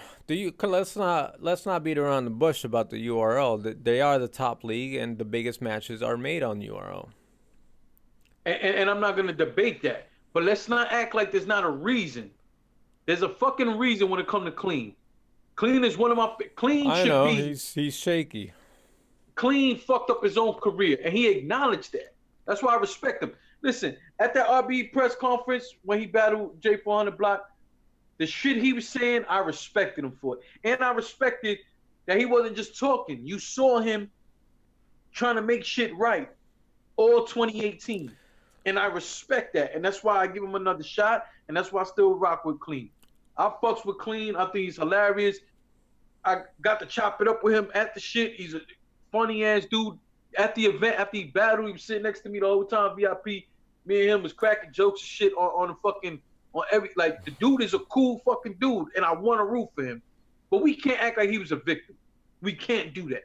No, fuck that. I don't care who they put on the battle in 2018. I don't give a fuck if he got promoted or not. He fucked that up, and he had to make it right. Now, if you want to tell me 2019, he deserves that more, I'm not gonna argue that. But let's not act like it wasn't a reason that happened, man. Let's not do that. That's not fair. All right. The chat is going off here, and they have a lot of valid points. Everybody's got valid points here. So you want to read some more? So let's start with Andrea. He is so shaky, folks. Need a longer run to believe that he is really back, and that's true. I can't argue with that. Crucial 13, clean been winning, but he ain't on Summer Madness yet. In quote or parentheses, but Norbs just promised him like he ain't on Summer Madness yet. Like they ain't give him like Summer Madness known place. That's what I'm talking about. They're giving him these off cards, right? Listen, So, according to Debo and other people, Norbs doesn't have the power to give somebody that promise. And the reason why I believed it, we've seen Norbs promise motherfuckers that before, and it hasn't came through. And shit I've heard behind the scenes. So let's not go off of Norbs' promise, please. well, Only thing that Norbs is gonna promise you is you get the battle for him for free, and you gonna go and pay your own hotel, your own fucking flights. Please don't start me. Don't start me with that shit, please, please. yeah. I need a drink now. Now I need a fucking drink. Ain't you been drinking the whole time? No, I've been babysitting this shit. I'm on my second drink. I've been babysitting on this little You drinking what I was drinking last time. You about to go off. No, you. First off, you was awesome that night. Pause. You was fucking Aaron.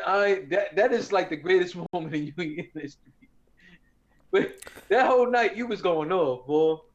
And Andreas, URL don't care if they run off on other leagues. That's very true. We've seen that with Twerk time and time again.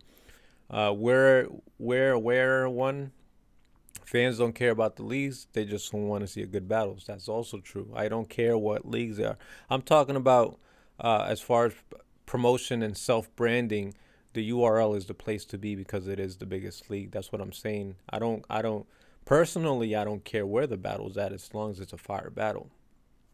I don't care if it's on fucking URL or, but we're talking real world facts here. URL is the place where you're gonna get these big matches with big crowds. You're gonna get these Houston area gnomes which hold like 2,000 people. Like these are big stages, and it does a lot for the environment of the outcome of the battle, how the battle turns out. And I would want to see a big battle like that, clean on a big stage, rocking a big crowd like that. The whole energy that comes behind that. If it were in a small room and on a minor league, like that's fine too. But it would be that much better on a bigger stage. and for themselves as their brand to get that look. The issue here is that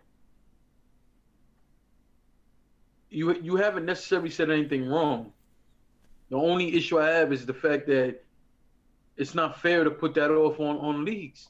The man did it to himself, and then he acknowledged he did it to himself. So this is just not fair. So that's the only part I have. Everything else you said, I think, is on point. I think you're correct. And let's not play the game here. Like, we've been rooting for him. Mm-hmm. On the Union, we have said it multiple times. This man was supposed to be a Mount Rushmore kind of battle rapper. Look, man, when I was at, I think it was like Mass 2, the Massacre 2 event. I've been around battle rap for a long time. I've seen a lot of battlers. I've never been like starstruck by anybody, even my favorites, even like the Hollows, Thesaurus, like Hollows, the people that I've gone back, you know, like none of them. I've really, you know, I've chilled, kicked it. I smoked L's, smoked an L with Sway, drunk with Big T. Allegedly. You know, like nobody's giving me that starstruck feeling because I'm not like that. Like, people are just people to me, you know. But Clean Paper was probably the only one that I'm like, oh shit, that's Clean Paper, you know, when I seen him. And it was at the Mass 2 event, and it was a weird feeling because I don't know, he was just chilling in the cut, and I'm just like looking at him like, oh shit, it's clean, you know. Like, he was one of my faves. I think the only time that happened to me, it was more that I was caught off guard, and that was us at Mass 4. I don't know if you remember. After Math battle Real Deal, he went to the other side of the room. Then I just see him looking, and like I turn around and I start talking to DME and shit. And when I look, I see Math coming across it. Like, you remember where they was, where all the battle rappers were on the other stage? Yeah. He was all the way over there, right when he finished battling fucking Real Deal. He shook Real Deal's hand, everybody's hand. He went all the way over to the other side. Now I just see him looking, but I ain't thinking nothing. I turn around, I talk to DME. When I look, I see Math come speed walking through the fucking stage, through the crowd, and tell him, nah, move, telling people to move, starts pointing at me. And then he put his hand out, shook my hand, and I wasn't starstruck, I was thrown off, because the way he came across the stage and shit. And then when he shook my hand, and if people don't know, is because of the whole, I did a blog about him and Bender, about him and his brother. His brother was fighting cancer, and, you know, he had to go fund me. Mm-hmm. So I did a blog about that and Bender. It was about Bender and that, and I was asking people to donate to the Bender GoFundMe and to Maps GoFundMe. So he remembered that, and he came across to show love, and that was like a dope ass moment for me. But at the same time, I was caught off guard because the way he came across the stage, I didn't, you know what I mean? The way he came across the stage and the way he was telling people to move, like, I was just thrown. I was like, yo, what the fuck is Mav doing? And then, you know what I mean? He did that just to say what's up. Yeah, I was right next to you. Yeah. And that was like some dope shit to me. But I wasn't starstruck. I was caught off guard because the way he did it. You know what I'm saying? I was like, yo, like, what the, like, yo. Like, it was just weird the way it happened. And Jay Legend fell in love. What? What type of gay shit is that? It's A+, wildin'. A+, you wild gay right now. Yeah, Geechee versus Clean would be dope.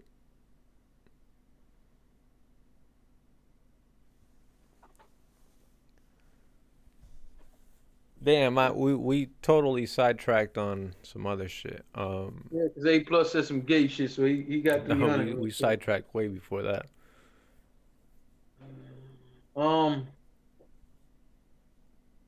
You know what? Give me 1 second. Let me check my son real quick, and then he blocked him. We've been over here talking, and my son mighty quiet, so probably racked out. He probably, yeah, I'm thinking he's asleep. What Tito doing? That's Jay Legend. I wouldn't block you. Y'all gonna sleep in my room. I would have let that rock. Whatever you want. Yeah, he timed him out.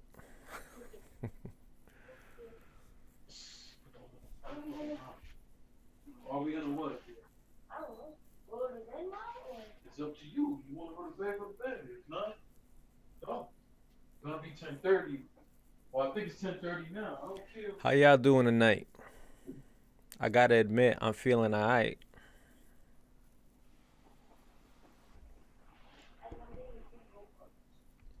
Man, I was supposed to have the weekend off. I've been working every fucking weekend, and I finally got a whole weekend off. And one of my employees just called me and asked me to switch to work his position on Sunday. So I'm like, yeah, I'll do it. But it's like, damn, I can't even get a weekend off. Car blogs, I know. I just hit 700 subscribers on that channel. I get subscribers like every week. I get subscribers, like, and I don't even post. I haven't even tended to that page in like a year, and then every week I get subscribers, and I hit 700 like this past week, and I'm like, damn, like I should start doing some more content on that channel because, you know, it is what it is.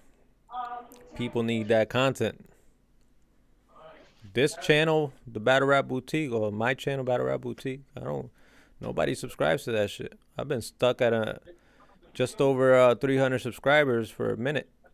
Nobody likes to subscribe. And I try to put in work. And the one I don't fucking tend to get subscribers.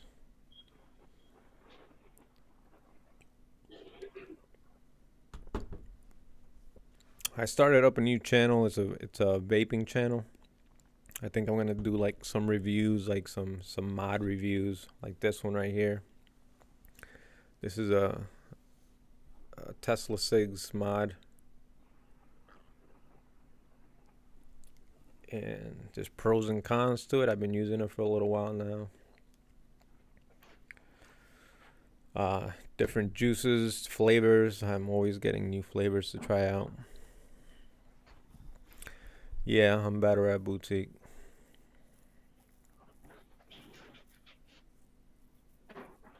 See if I can get a vape sponsor and shit, you know? See if I can take that off. Because you gotta dip into different communities. I don't like putting all my eggs in one basket. What? You have one? You're shooting your mom about it? Yeah. Why don't we do any live? What channel? J-Biz. Yeah. When you do stuff like that, make sure you focus on it. And I could watch anything. What's that, Jake? I tell you, there's internet, a lot of dumb shit happens, man. People say you do a lot of dumb shit. Jay Legend tripping over there. Tripping. What I told you. You said that cyberbullying's not okay, and it really is. And what? And also, I thought Jay Legend was Cortez. in your face. They're very scared to say it in your face. So all you gotta do is log the fuck off. Yeah, I If know. somebody cyberbullying you, you log the fuck off. Unless you see them and you know who they are. Andrea, why don't you do like a blog, podcast, like Huh? like you don't have to be on camera. Look at a lot of the popular ones. Yeah. The more popular ones, like especially with battle rap, like as long as I think that's probably like the reason why my channel hasn't like taken off.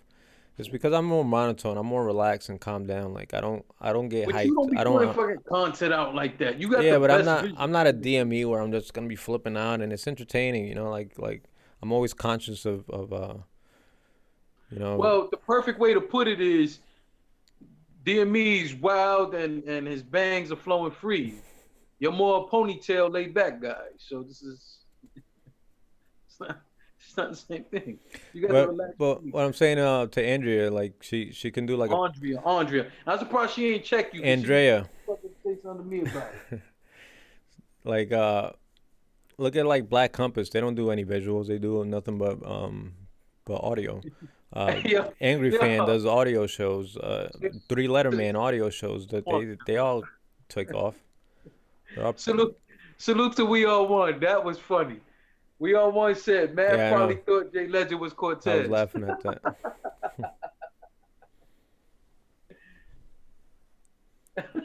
He had a bodega hat on.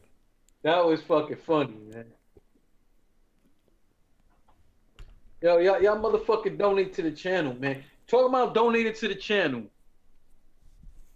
Salute to fucking Tatted Teflon. I know in his new blog he threw a shot at me. I thought it was funny, and I know it's all love. Tatted wasn't trying to disrespect me. It was all love. It was fucking funny. I don't know if y'all saw it, but go check it out. That shit was funny. But other than that, Tatted made a pause, but he made a big donation to my channel, and I appreciate that. So salute to Tatted Teflon.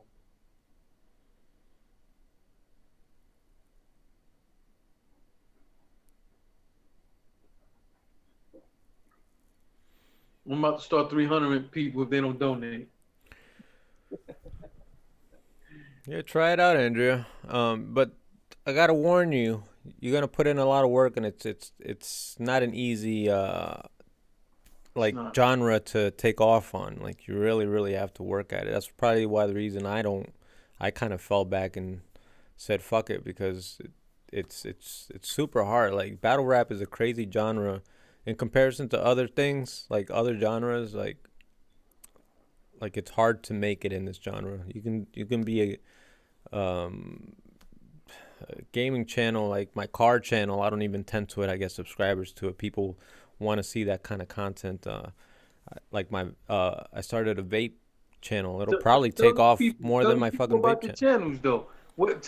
Fucking put the link in there or something. Nah, because there's no disrespect to anybody, but I keep them separate. Like I like to start from scratch. I don't like carrying over. I don't, because people tune in for battle rap shit and they don't give a fuck about any,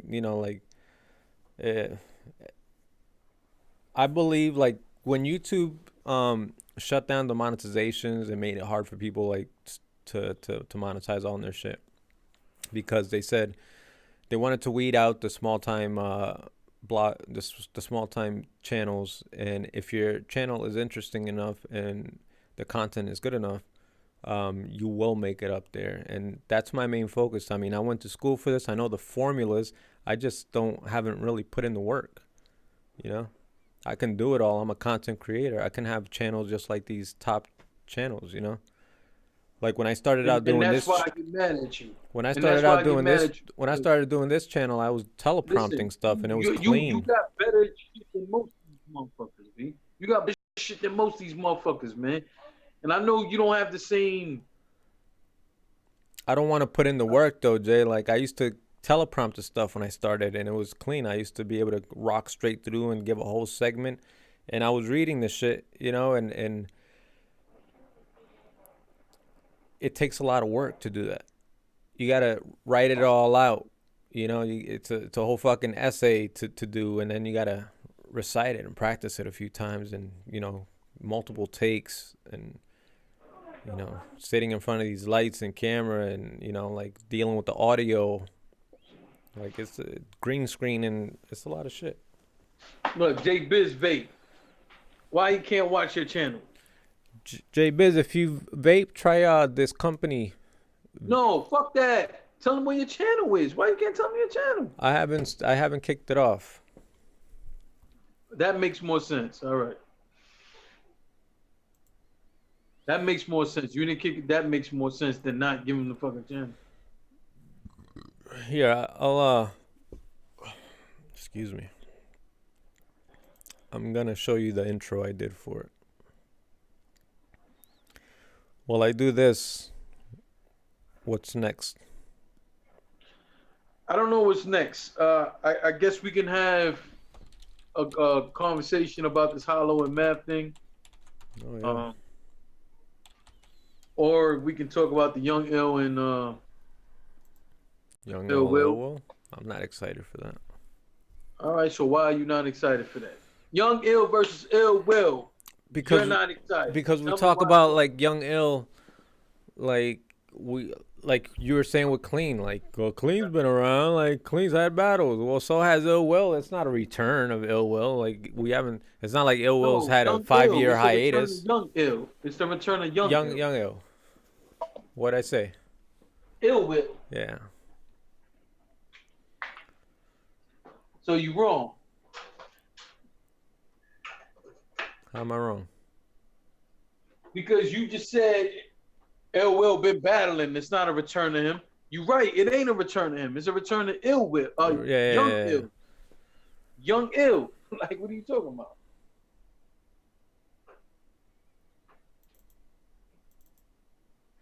So you're gonna be silent now? No. Why are you not excited for Young Ill versus Ill Will? Let me freak the funk. Obsolete is the punk that talk more junk than Sarah sales. Because we've seen Ill Will. Ill Will was on Double Impact. It wasn't that crazy. He came on. Young Ill. He came on as a crackhead with Ashley, like looking like Tyrone. That was smart. That's what he was trying to do. Yeah, but it wasn't that crazy. Like Verb mostly handled the battle. No, he gave young Ill a whole fucking round. And he didn't really say much.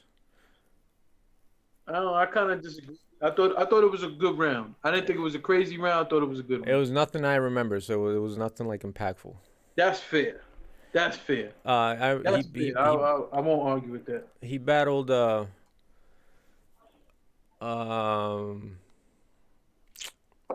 the fuck is going on? When he really came back, he battled Fresco. And Fresco, that was a bad battle for Fresco. And Fresco's fucking dope. Okay. Fresco actually like regurgitated.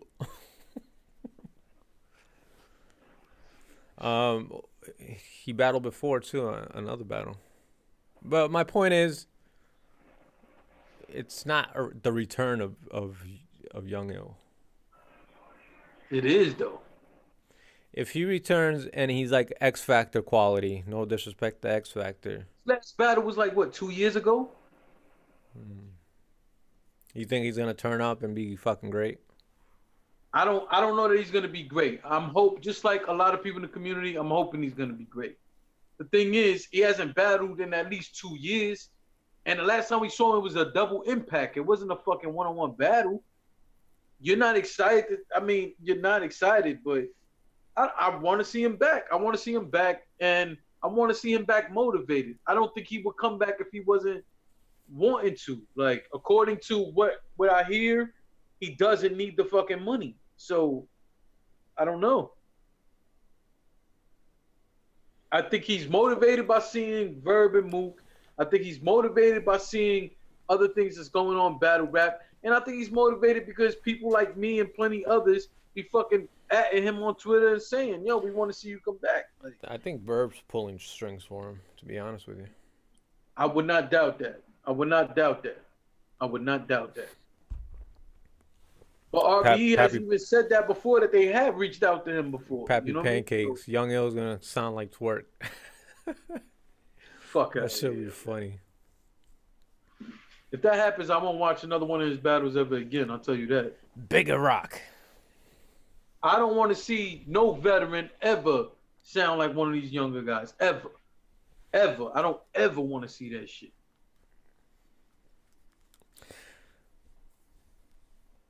All right, that was short-lived. What do you think of... Do you really think Shine sounds like Twerk? I didn't watch that battle, but overall, no. I heard this all year, people saying that. Fuck out of here. If anything, it's the other way around. I'm going to end that with another fuck out of here. And for anybody who didn't get a chance to understand what I said fuck out of here. So fuck out of here. Let's go back to me asking you what you thought of Math and Hollow. Hollow. We'll hollow. When I told you when we first heard about this, when I first heard about it, I think you told me about it. I did tell you about it. This was before this. Allegedly. Well, I mean, we're in the same circle. We talk. We We in the same crew, right? It's a U. We gotta find a way to X. make a U. X. We gotta find a way to make a. How do you make a U? I guess The shield. the shit I was. told you, I don't want to see that battle. I said I'm not interested in that, and I'm not. I think this is a something that Math should have let go. It's sad that it has to come to this, and an agreement and a peace couldn't be made between them. I don't know why Math is so insistent in carrying this. The only thing is, this is Math's biggest battle that he's probably ever gonna get. Let's be real. Who can Math go? Who's gonna put up the bread to put Math against any bigger name than Hollow? This is Math Hollow's a pretty Hoffa's. fucking big name, man. This is Math Hoffa's biggest fucking battle to date. And I would rather see him. who would have thought Math Hoffa would get a plate like this far into his career and the way that he's been going? Well, I figured it would be inevitable that him and Mook battle. From what I've been told in the last few years, people have tried to make this battle happen with him and Mook. But we all know Mook was asking for a crazy number. I don't want to see this fucking battle from a street nigga standpoint. Like I don't feel like this is the way you go with your combat. Like either way, when I spoke on this, I even gave everybody a personal story about what happened with me and someone close to me. And at the end of the day, I would never put that shit out there. But just the real shit, I felt like so much of their situation has been publicized so much. Why not make some money off of it? I personally do not want to see this battle because I just don't know how you come back from this. You know what I'm saying? Just like I don't know how K-Shine and Rex will ever come back from that. Like They did though. They're cool. They cool. you still never get back from that, Visuel. I don't think Rex gives a fuck enough. Where Math is never the type where he wears his heart on his sleeve, bro. I'm very much like that myself, and that's why I don't want to see this. But I'm gonna be tuned in. Don't get it fucked up. I don't think this week is gonna go by without me buying that pay-per-view. Tell you the truth. I think so highly of Hollow. I think crazy highly of Math. I think one of the reasons why I fuck with Math like that, I think Math is more like me. Like Math, regardless of your hobby, you find people with personalities similar to yours. And in that hobby, they pretty much have your voice. So people like a T-Top, when he talks about his lifestyle, people like a Math, a Geechee Gotti, these guys talk for me. You know what I'm saying? There's a few other guys, but you know, you guys get the point. So that's one of the reasons why I rock with Math like that, because like I see a lot of myself, you know what I'm saying?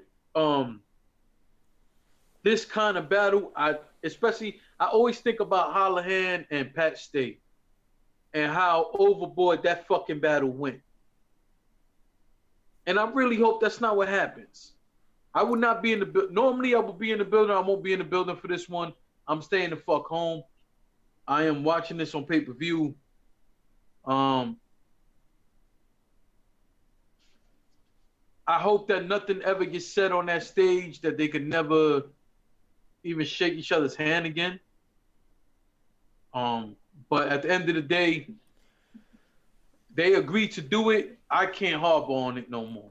I just gonna sit back and watch it. I think this is therapeutic for Math because of that. And like Math's, a lot of the things Math goes through, he puts it on his on a record.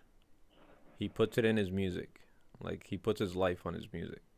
So I think this is very much closure, like a good therapeutic outlet for Math to get the shit out the way he likes to get it out, which is performing or lyrically or through hip hop content. So this is a I good. also think there's something got to be said, visual, because what you're saying is right, but it kind of goes back to the essence of what this thing in battle rap is. It's a fucking battle. You're Yeah, in front of somebody saying, and I think him being able to stand in front of Hollow and say this shit it makes it different. Because remember, he made a song. I don't know if you remember that, but he made a song. It's on his album. It's on Yeah. the Pop Juice album. So I think I think everything you said is spot on. I just think the difference, what makes it even more therapeutic, is that person is right in front of you, and it don't hurt that you're getting paid to do it. A plus said J Legends misses the point. What's the point then? What did I miss? But can Math? Do you believe Math can craft that much material, 3 rounds of material, and however long it's gonna be, enough to make it relevant all the way through? Like, how much can you really say and talk about that before? I mean, I don't know. You got to find haymakers in there, within all that content. all right. So now what you just said is where I find the problem.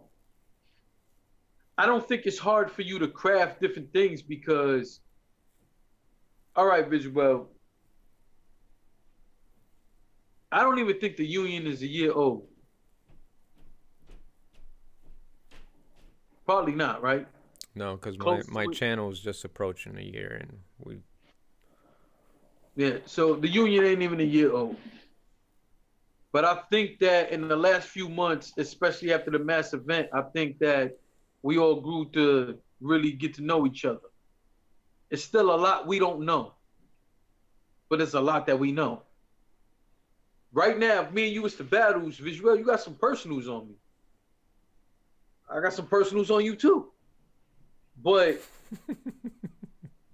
that shit, when it wouldn't matter, it will be how you craft it, correct? Yeah. So now think of people who knew each other 15, 20 years. Let's just say 15 years. Okay, but coming from. We know these people's career, right? So we've grown with Hollow and Math. We've seen a lot of battles. Have we seen Math being able to carry a narrative and an angle this long? Only one. Off my head, I can only think of one. Which was? And I think was probably, arguably, his best overall, listen to my words, his best overall performance to me. And he was able to keep an angle all 3 rounds, give you fucking bars in between, give you fucking dope performance. Dose versus Math 2. Dose? I thought he was phenomenal. I thought Dose was phenomenal, but Dose didn't understand how to structure his round. Yeah, Dose could have won that battle if he knew how to structure his round. I thought that battle was kind of ass, personally. Say that again? I thought that was kind of an ass battle. Yeah, I disagree, but even if you think the overall battle was ass, I think I don't think that you could dim the light on Math's performance that night. I think he had the perfect mixture of bars, jokes, and personals. I think. You know the weird thing about that battle, bro? It's like a Mandela effect. I remember that battle taking place at the bunker. No. I know it didn't, but I could have sworn I remember everything It was about that small battle. room like that, though. I remember what Dose was wearing, and the way he was spitting his bars, and I just remember it being at the bunker. And it's weird because I some time ago I went back to that battle, and I'm like, wait, this wasn't at the bunker, and it was a whole different environment, and I'm like, what the fuck? Could have sworn, I got almost like a vivid image of me seeing this battle, and I could have sworn it was at the bunker.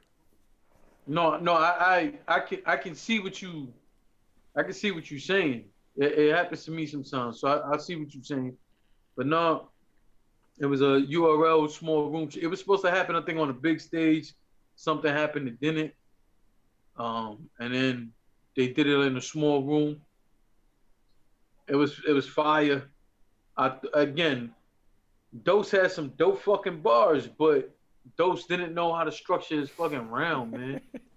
The chat wild, I'm sorry. Huh? The chat got me laughing. What they said? Guy talking shit. Pappy Pancakes. Fuck he said? Because he said the ponytail, the old visual, but I took it just like everybody. Like I pictured direct in my head when he was talking. I was just, and then I pictured Murder Mook saying it. No, yeah, that's the voice that when you said it to me, that's what I heard. No, Direct said that in the interview when he was interviewing the guys. That's the way he like said it. That's the butt of the joke. He's like, what monumental line Mook had? And he was like, he couldn't think of one. I was there. When he could have, that moment. He was like, he couldn't think of it. Like, right outside the door. I was Durag, the old Mook. I was talking to Shata. And we was on the opposite side of the door. The door goes flying fucking open. Verb is yelling. Verb is like, fuck that. I'm going upside. We didn't know what was going on. Shata was trying to convince Verb to go back in there, even though we don't know what's happening. Verb starts explaining to me and Shata what the fuck is happening there. And then he repeats the shit again. He said, I asked this motherfucker to give me... What he said, give me a quotable Mook bar. So I forgot what it was. And he said, this motherfucker said, Durag, the old murder. Because listen, and it's just a little behind the scenes shit. When he did that, it was only me and Shata out there. So when he was out there, he was explaining it to me and Shata, but he was performing the shit when he was talking to us. It was hilarious. It was fucking hilarious, fucking man. Hot up in here, cuz got these lights on. Yeah. Yo, you don't put LED lights in them? Nah, they're not incandescent, but they look like the fucking like the energy saver balls, but they're high capacity. Because a lot of them shits now, you put them LED shits, they don't get hot. Well, that heat don't come off on you like that. Now, I know what the fuck they are. I know what they are, visual. I'm saying it doesn't mean you can't get LED bulbs in there and the heat don't come off that much. Durag, the old murder.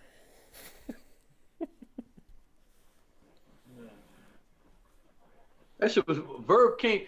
We was standing because we was about to start.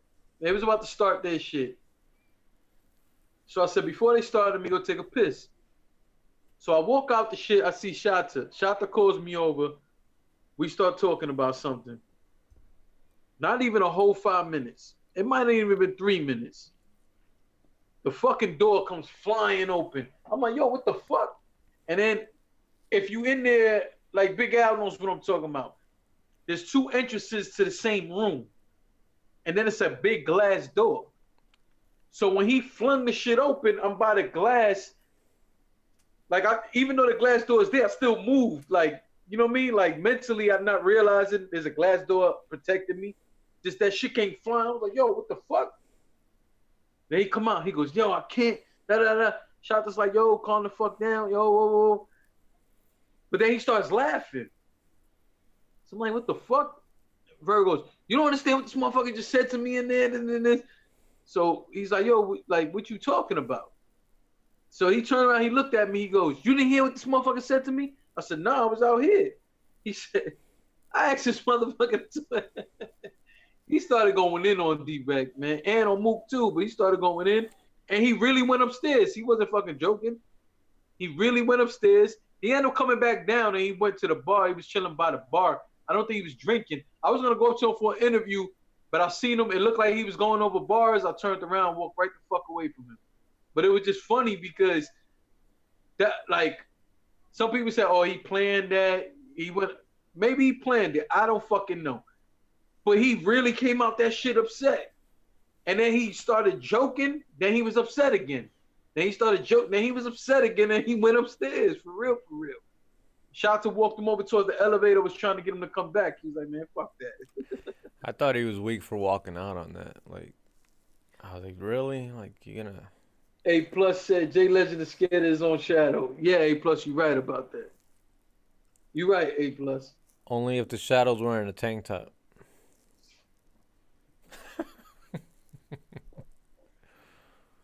With the spaghetti string. First off, ain't no spaghetti straps over here, motherfucker. Fuck out of here.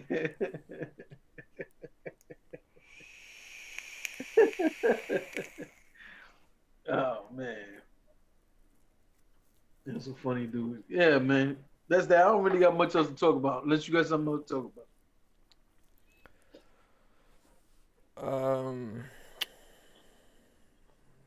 I mean, I do, I guess. That was some funny shit, though. Motherfucker said. Who was that who said that shit? That was Jay Busy said, or was that A Plus? One of them said, Math thought I was Cortez. That's some funny shit right there.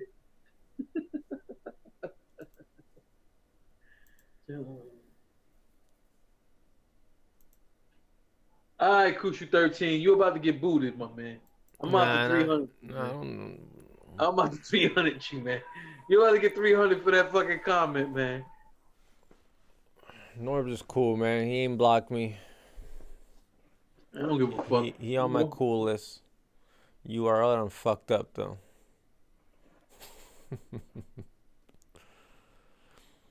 It's so corny, yo. How do you block? Like, I hate to talk about this, but how do you block somebody like on Twitter? Like, what does that do? It's like your third time talking about it, but go ahead. Like, I'm fucking with you. I'm fucking with you. You stopping me from seeing you like announce something that I just seen on your channel? So, here's the thing. I see where you coming from. But if, like, see, here's my problem.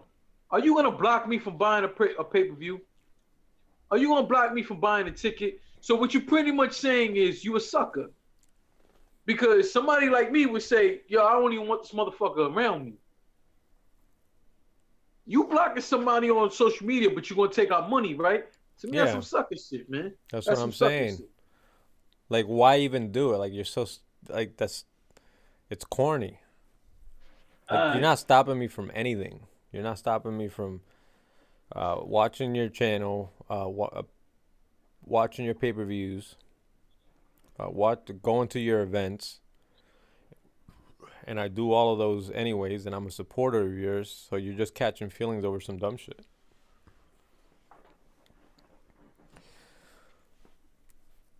Oh, come on, Jay.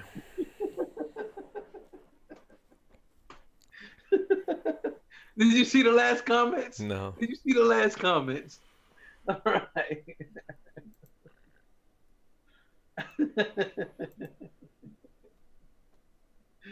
Nah, man, they know I'm playing with them, man. It's all love. It's all love, but I can't tolerate that. But it's all jokes, man. They know I ain't serious, man. I fuck with them. Jay got an itchy trigger finger. My man, they comparing me to fucking Norbs, man.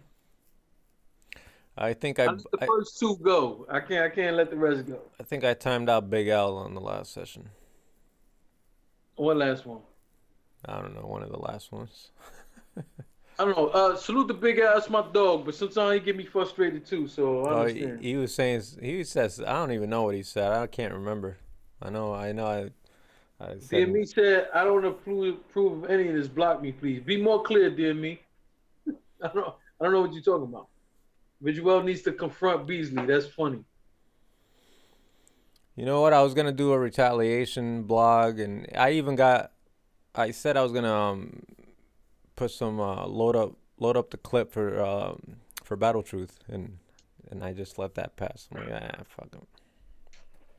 Yeah, I mean, I had a little fun fucking around with him, but I don't care enough. I don't like what he said about y'all. That's the only reason why I said anything. If he would have just said he don't agree with y'all or fuck y'all, I don't even think I would have reacted to that. It was all the extra shit he said.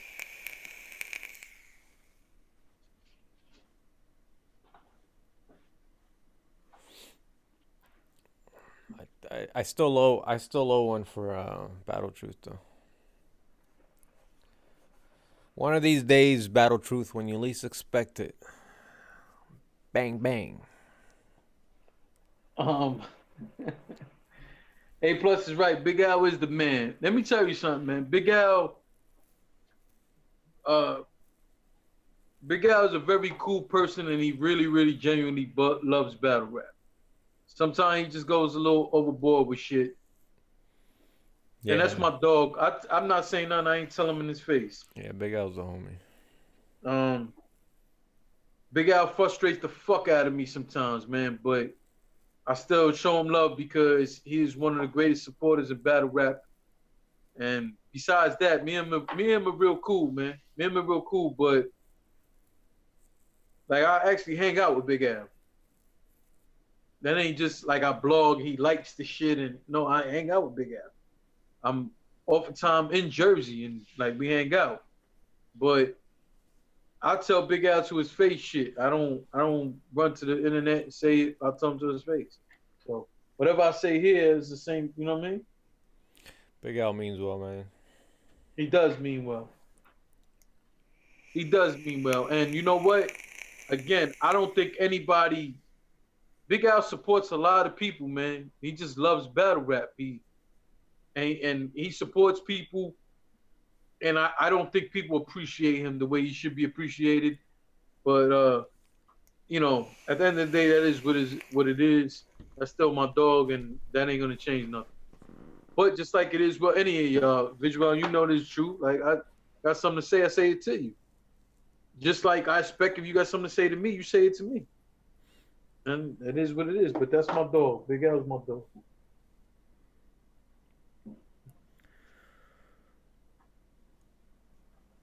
Big Al is NWX.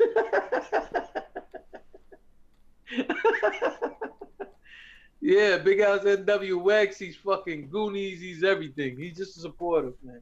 Did you see Geechee and B Dot versus Marvel and Quest? No, it was on my to-do list. Right, I wanted to watch it. I thought that was a dope. Thought it would be a dope matchup, the 2-on-2 version. But B Dot is adamant that if you don't agree with him, he blocks you, and he's adamant if you don't agree with him, you shouldn't watch his battles. So I'm starting to feel like unless I buy a ticket or a pay-per-view that he just happens to be a part of, I think I'm gonna start obliging B Dot. Because I could praise B Dot all I want, but if I disagree about one thing, not only does he block me, not only does he talk shit, but he purposely tells you don't watch my battles.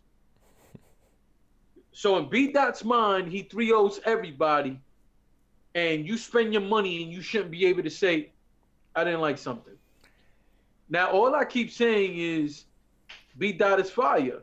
But I'm not going to give you rounds when you blaming somebody for what the fuck their ancestors did. Does it sound dope when he's rapping it? Yes. Do I think you win that round? Fuck no.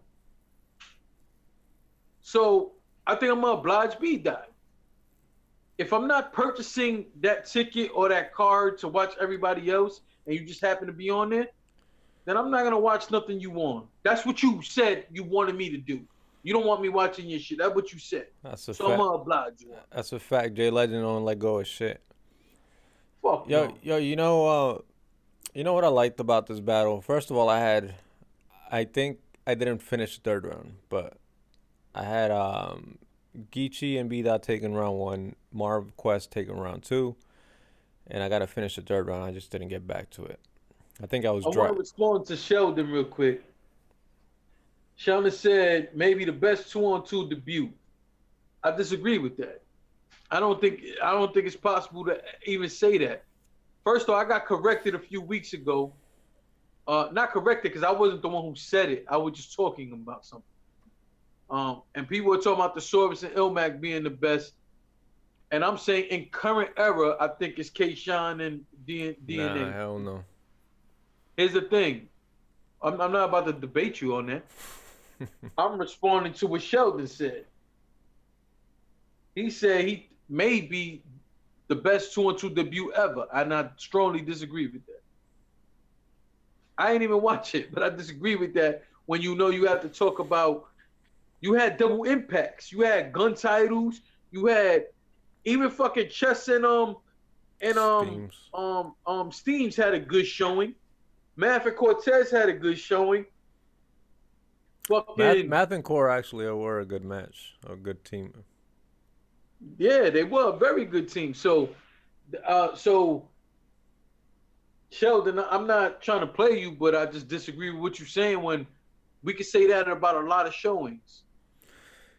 Crucial, he's just playing, man. He does that a lot. He's not serious, man. There's no seriousness intended. I ain't see what Crucial said. What he said?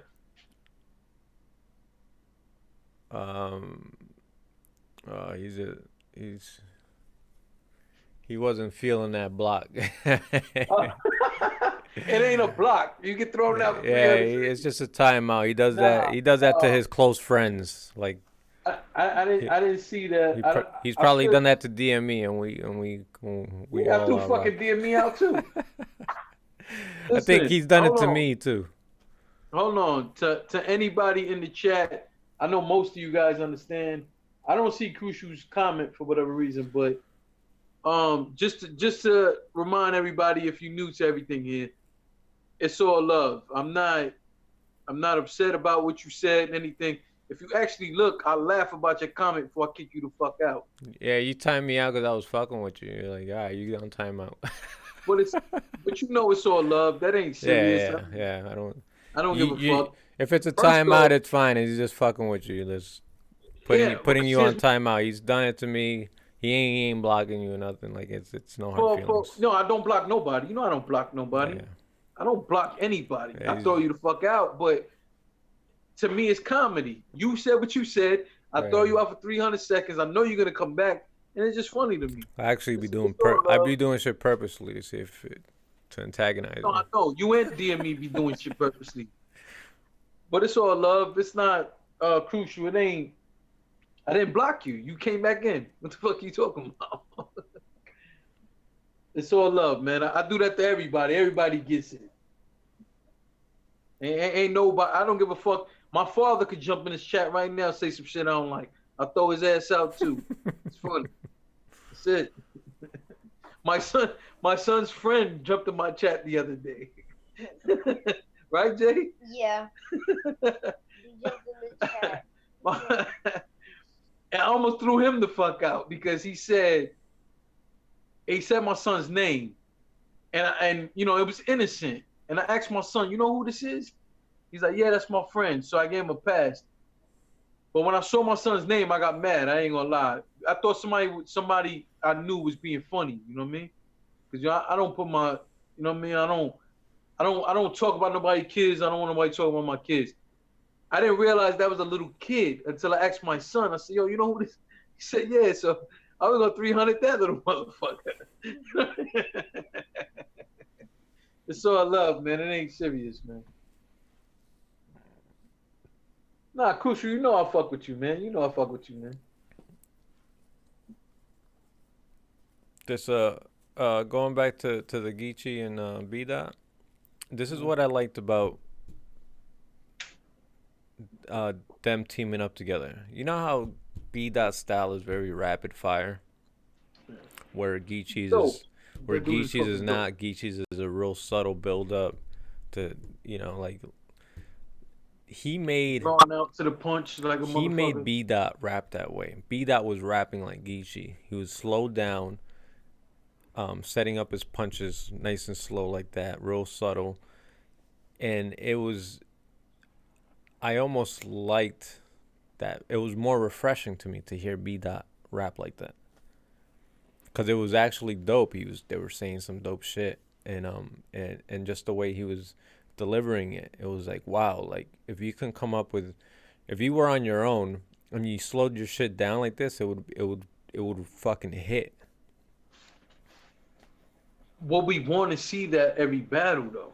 No, but it was a nice change because I do complain about B Dot rushing his delivery like that. Like I think that was one of my critiques when he battled JC when I first watched it on live, and I was like, B Dot's just fucking rushing right through this first round, and I think I gave the first round to JC because once JC went, you know how JC style is, it's really like chill and then you get the punch, and I'm like, man, like he didn't get this round because JC just dominated this round with crowd control, and you know, he doesn't B Dot doesn't cater to the crowd like that. He doesn't take his time to set stuff up, to anticipate it. He's just like always rushing through his shit.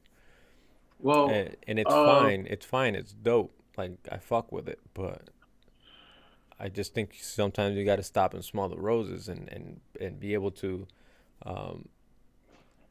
rock the crowd like that. To you know how like John's the mirror delivery, like he really sets that up for you. You know, like you could hear a pin drop right before that line hit.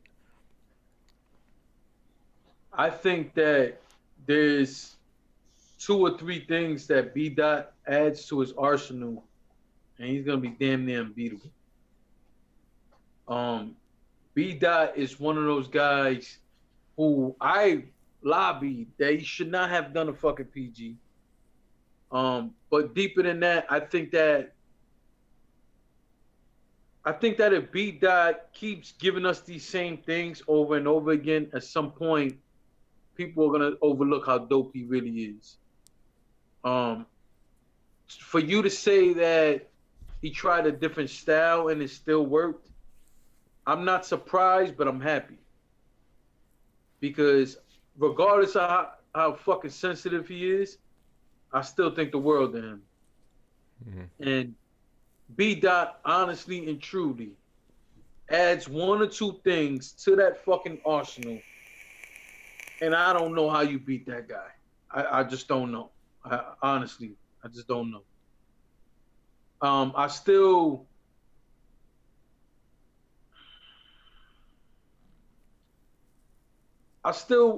want to see B Dot, because I'm trying to think like the best performance I've seen of him. But that's difficult also because he's given us such dope rounds, dope material, you know what I mean?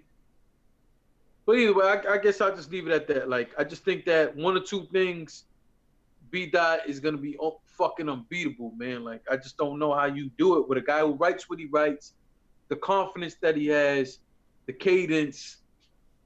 If he's able to slow up and speed up at will, pause. When on certain bars, it's like amazing. Because the guy. So just picture this. He spent so much time crafting rounds to talk about your fucking ancestors. Imagine if he took that time to really craft a round so dedicated to you. You in a lot of fucking trouble, man. Yeah, because you know he's intelligent enough for it. He is. And he doesn't lack confidence. And that goes a long way. You know what I'm saying? The problem is, like I say, he's just real fucking sensitive. And I'm all obliged him, like I said, for the foreseeable future. I might feel different fucking 5 months from now. But for the foreseeable future, if he isn't part of a card I'm buying tickets or pay-per-view to any fucking way, I'm not gonna go watch it. That's what he wants. I'm cool.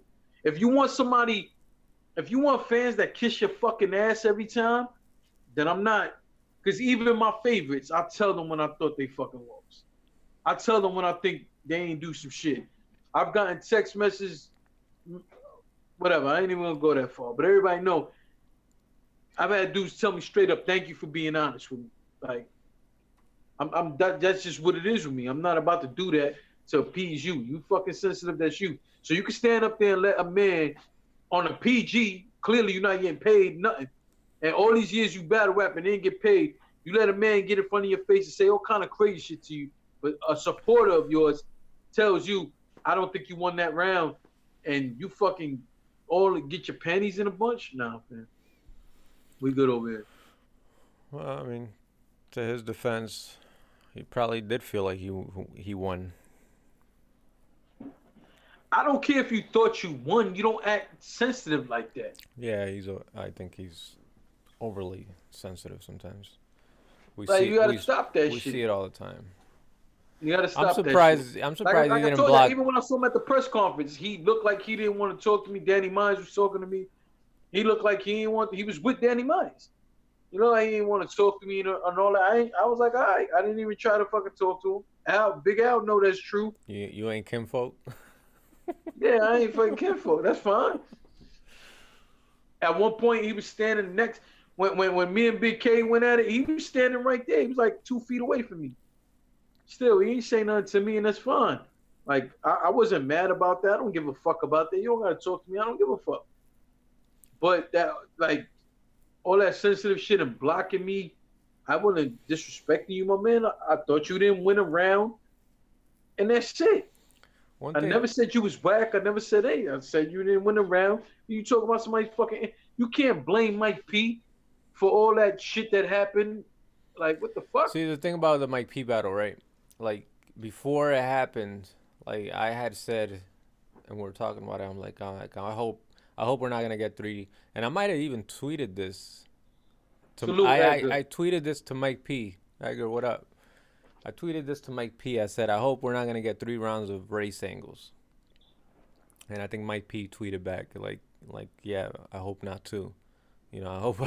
He got on an interview and said he wasn't gonna do that. Exactly, right. So he was talking about it in the interview, and he was like, I think he might have been saying it on Ruin Your Day too.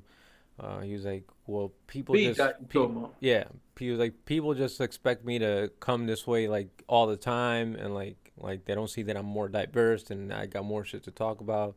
And then when the time came, like, this is what you talked about. And then after the battle, he's like, what do you think? I'm not gonna talk about this stuff. This is who I am. This is my style. Like you just said you weren't gonna like to stop portraying you as that way, and then here you go afterwards and say this is how you are. Like, which one is it, bro? Visual. That's my only.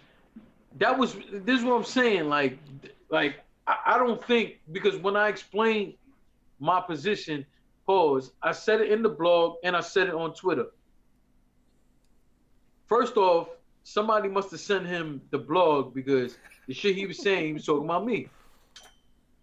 And I remember DMing us saying, yo, Jay got beat down in his feelings. And it was just like, I was just pointing out, I'm just like, yo, fam, like, you got in this interview and said you wasn't going to do it. And not only did you do it, but you explained that you blamed that man for the drug epidemic. What? Yeah, at some point in battle rap, like, it's not the place, because, like, it's like if you battle me and then you start bringing up all that, like, what the fuck I got to do with anything, you know? Like, I'm hip hop culture. My thing is, if that man had that much power over that, you think he's battle rapping? Well, fuck out of here. If you had that much power, you battle rapping? We can take that all the way back to Jeffrey.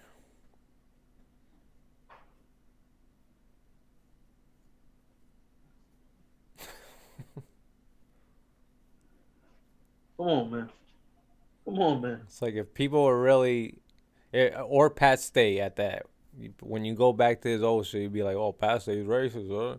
Well, what the fuck they doing battle rapping in a black culture, in a hip hop culture, you know, and being so adamant about it? Obviously, they're not fucking racist, and they love hip hop culture, and they love battle rap. Well, but if we're talking about what Jeffrey did, Jeffrey went a little overboard. I mean, not really. Everybody threw it.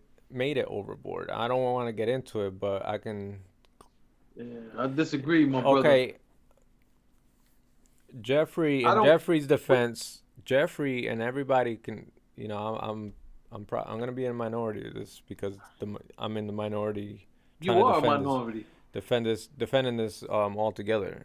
But Hey, I'm gonna grab my. he I'm went at listening. Go Pass ahead. he went at Pass about that because Pass made remarks about him, so he made a smart aleck remark about that, and there were previous shit that Pass went at him about it, talking about like there was certain things that Pass said, which at the time where Jeffrey was had heard about it, he was like, "What the fuck? Like, why is he coming at me like that?" And he had said something about, like buying tiki torches, kind of like a white trash angle, like, and them dudes they ain't never really came across each other, like that's the way he explained it. It was like the only reason I went at him because it was like you coming at me for being uh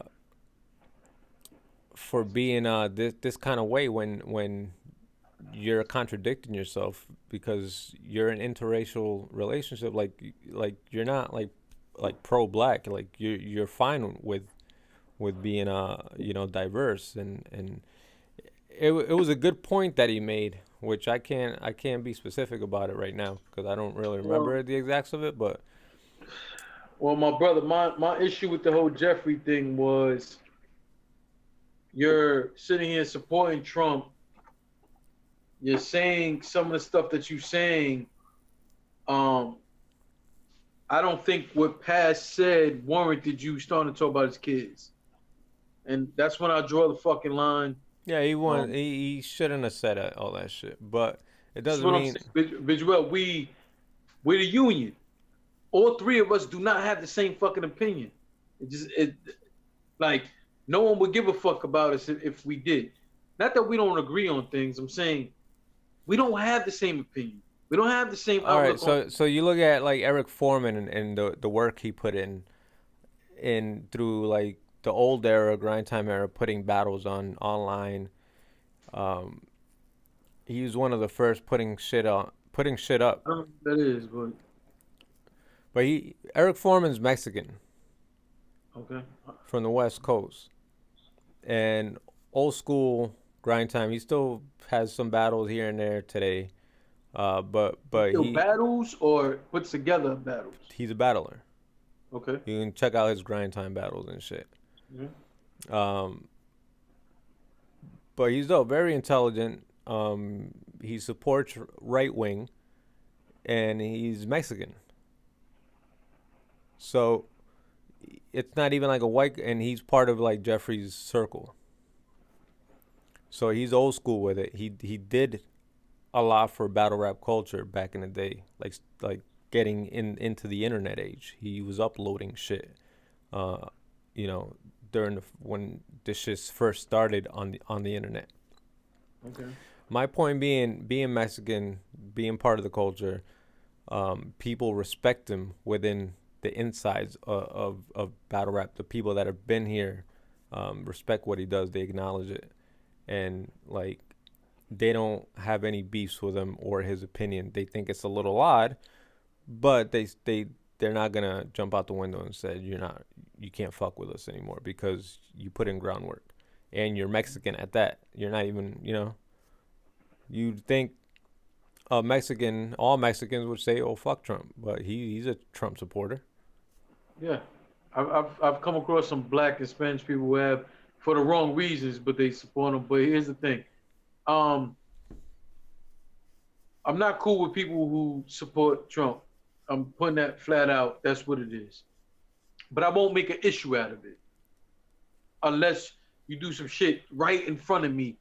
That to me is just my issue with the Jeffrey situation was not what he was saying in terms of his beliefs.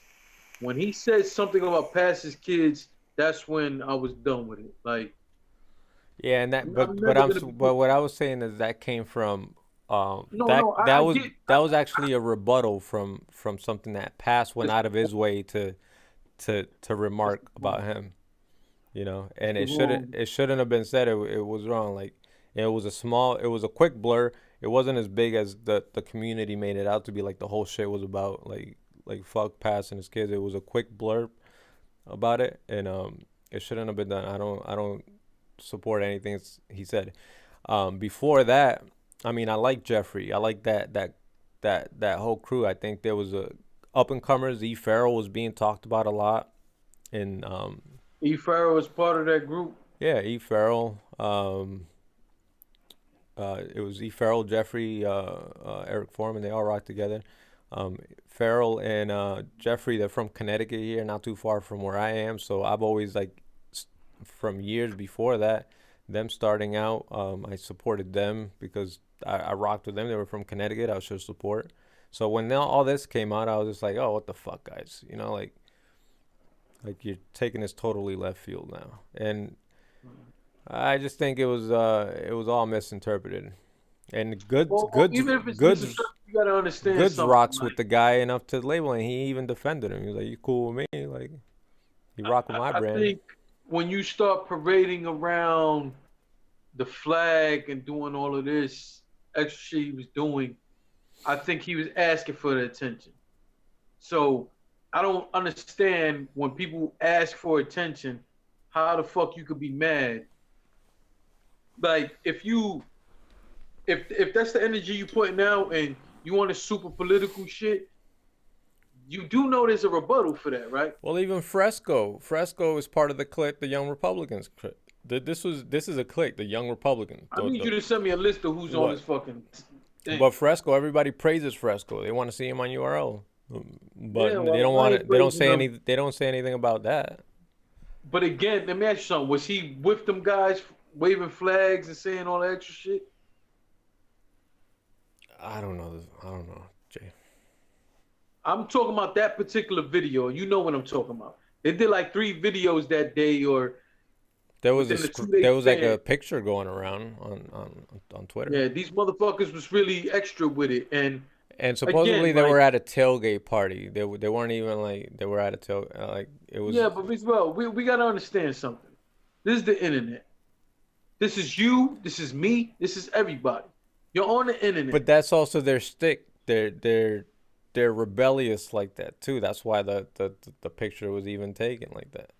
Well, here's the thing, though, Visual. And when We has in all battle put rap been ourselves- rebellious like that? And why can't you have opposition in battle rap? Why does it have to be why do you have to be outsited for something like that? Why can't Well, here's the thing. You have to, whatever you put out there, this is what I'm trying to tell you. We all on the internet. Whatever you put out there, you got to expect criticism. Visual, you are one of the most laid-back guys I know.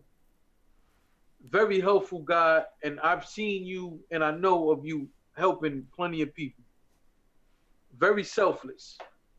Very dope. Haven't people said dumb shit to you before? you? So you got to understand something. We all on the internet. When you start putting your opinions out there, don't be mad when people are giving their opinion back at you. You can't be mad at that. If you want to push the narrative, your narrative, expect a pushback. How you got freedom of speech? No, yeah, I totally agree. Well, politics in general should be kept the fuck out of this culture. I'm with you, but when you bring it in, and No, again, yeah, I don't agree with that. here's my thing. When I give my opinion on this camera, do I expect everyone to agree with me? No. Do I expect bad comments? Yes. Are there some comments that go too far? Yes. But at the end of the day, this is what it is. And I'm only speaking for me. I don't like all that politics shit being thrown in here, but that it was what it was. Like I said, when that man said something about that man kids, that's where I was done with it. And the way I feel about that whole situation, it goes for everybody. Everybody. Just like people who had a problem with Rum Nitty reacted to NJT, I didn't. And I didn't watch the battle. I only saw the clip. Somebody sent me the clip about what happened. And at the end of the day, you mentioned the family by name. There's nothing to talk about here. Like, you didn't generalize it. You mentioned, you understand? So for me, it's certain things is off limits, man. And when you got on that fucking camera, you're not even you're not even battling that man. You got on there talking about the man kids. No, that's it. That's it. Yeah, it was a stupid ass move, and it got him probably blackballed from here on out. Jeffrey had battles set up. Norbs was pushing him, and now we never saw him come out after that. It was too much of a pushback. I don't know what DME the fuck is talking about. He didn't watch, but here go opinion. Motherfucker, I'm telling you, you knew I didn't watch. I told you they sent me a clip of the battle. The fuck you talking about, DME? If you ain't gonna jump in this live, stop talking all that shit. DME always do it. Jump in the fucking live then if that's the case. But you already know, people send me the clips all the time. Even battles that I'm watching, people send me clips. You don't think this, I'm pretty sure it happens to all of us. Like, you don't think motherfuckers want me to talk about that clip? I didn't talk about it. It's the first time I talked about it. They sent me the clip right after that fucking happened. Fuck you talking about? Well, I even had to watch for myself about the clip because I'm like I have to see this because everybody's like overreacting. I thought it was way worse when I watched it. Better wax these nuts. When I watched it, I was like, oh, this is it? Like, this was barely anything. Like, and we're from a battle rap community, like, where a lot of shit is, like, no holds barred. And I was like, wow, like, this is what everybody's... And we got to understand, we're in a highly sensitive political era where... Not only that, but bitch, well, again, things have to be done in context. Like, I've said this before. Like, I've been saying it for years, but I've said this a long time ago when we first started doing the union shit, where I say, as a man, I can't accept another man saying certain things to me. But if we're signed on the dotted line for us to battle, I'm gonna accept certain things because we're selling the fight. There's still certain things that are off limits, but I'll accept certain things because we're selling the fight. There was no fight to be sold here. So again, you have a political view. All right, you talk about that man kid. I'm gonna forever side with that. Like, watch your fucking mouth. And then the bigger thing about that is he was part of the Young Republicans. You say? Mm-hmm. I said that right? Yeah. He was also part of Goodz grown man bars. Mm-hmm. So for that moment, maybe you were drinking or whatever. I don't know. I thought that's how it came off. But whatever. I'm sure.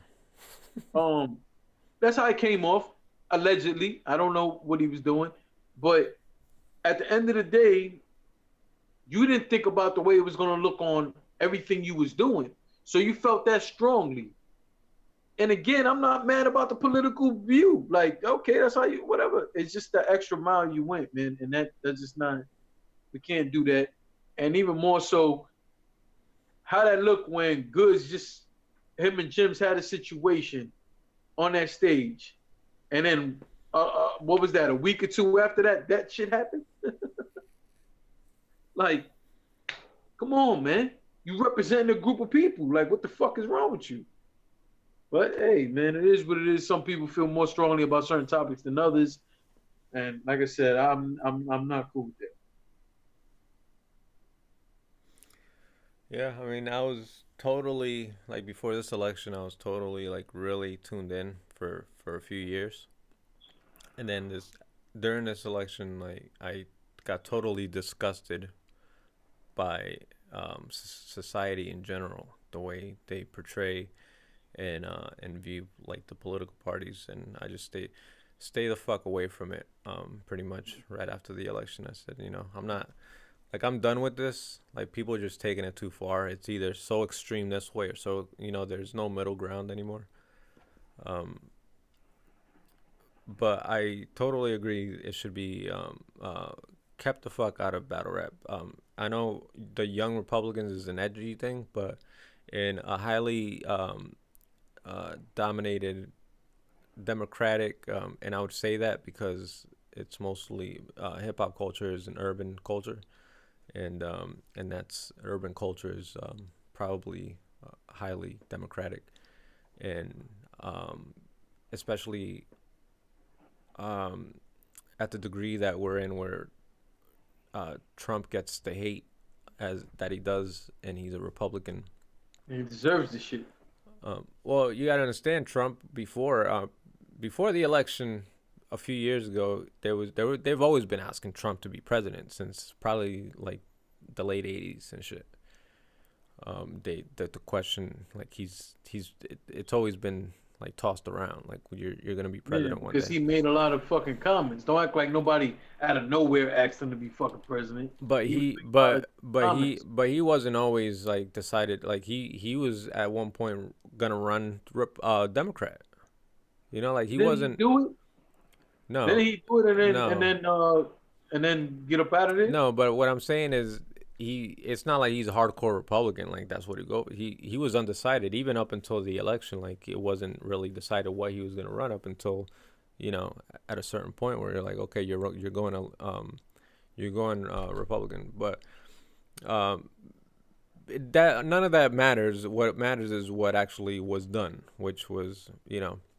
So people have bias to it. People don't read, don't look into it. They just see what's on the media and see what MSN and the mainstream media fucking runs with and the way they portray things. And it's all smoke and mirrors at the end of the day, you know. Like people don't do their own research. This is mainstream America, you know. The mainstream America could tell you lies about foreign countries and we'll believe it because we're not gonna go and look it up ourselves. We're just gonna take their fucking word for it. Dre, what's dude name? Dre Avondale, eat a dick, choke on the dick, spend your New Year sucking the dick. You know I don't even talk like that, but you know, the special exceptions. From Russia documentary. Huh? Make America groovy again. Make America groovy again. But yeah, what I'm saying is, Jeffrey was a potential. I thought he was fire. I supported him. He was from Connecticut. I supported that whole wave, and I think from the start, having a political party attached to your group name in hip hop culture was wrong.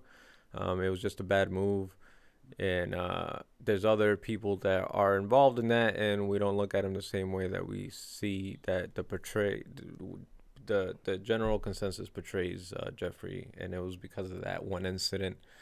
And a lot of this wave had to do with certain individuals, like Dirtbag Dan being one of them. He's the one that kind of started ruffling feathers to begin with.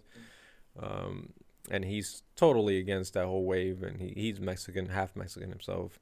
So, you know, from, I think Sam. Well, I can't see how any Mexican, but I can't see how any minority, but there are, would be cool with that. But again, just to make a long story short, man, it's just like, I'm not one of them people who are gonna make a big deal about somebody's political stance unless, like, I was at work and I remember it was a black chick who thought everybody who didn't agree with her was a Trump supporter and a racist. And there was this whole thing that happened at my job. Actually, on my other YouTube page, we did an episode about it. And at the end of the day, we just boiled down to was just like, hey, you know what? I don't give a fuck what side of the fence you are. When you start blaming people for a whole bunch of shit without, like, that's not cool. And I'm not gonna sit here and try to convince you to look at it all my way. Like I said, I just feel like there's certain boundaries, and I don't give a fuck what the topic is. I always have boundaries to how I feel about things, and that's that. Some people will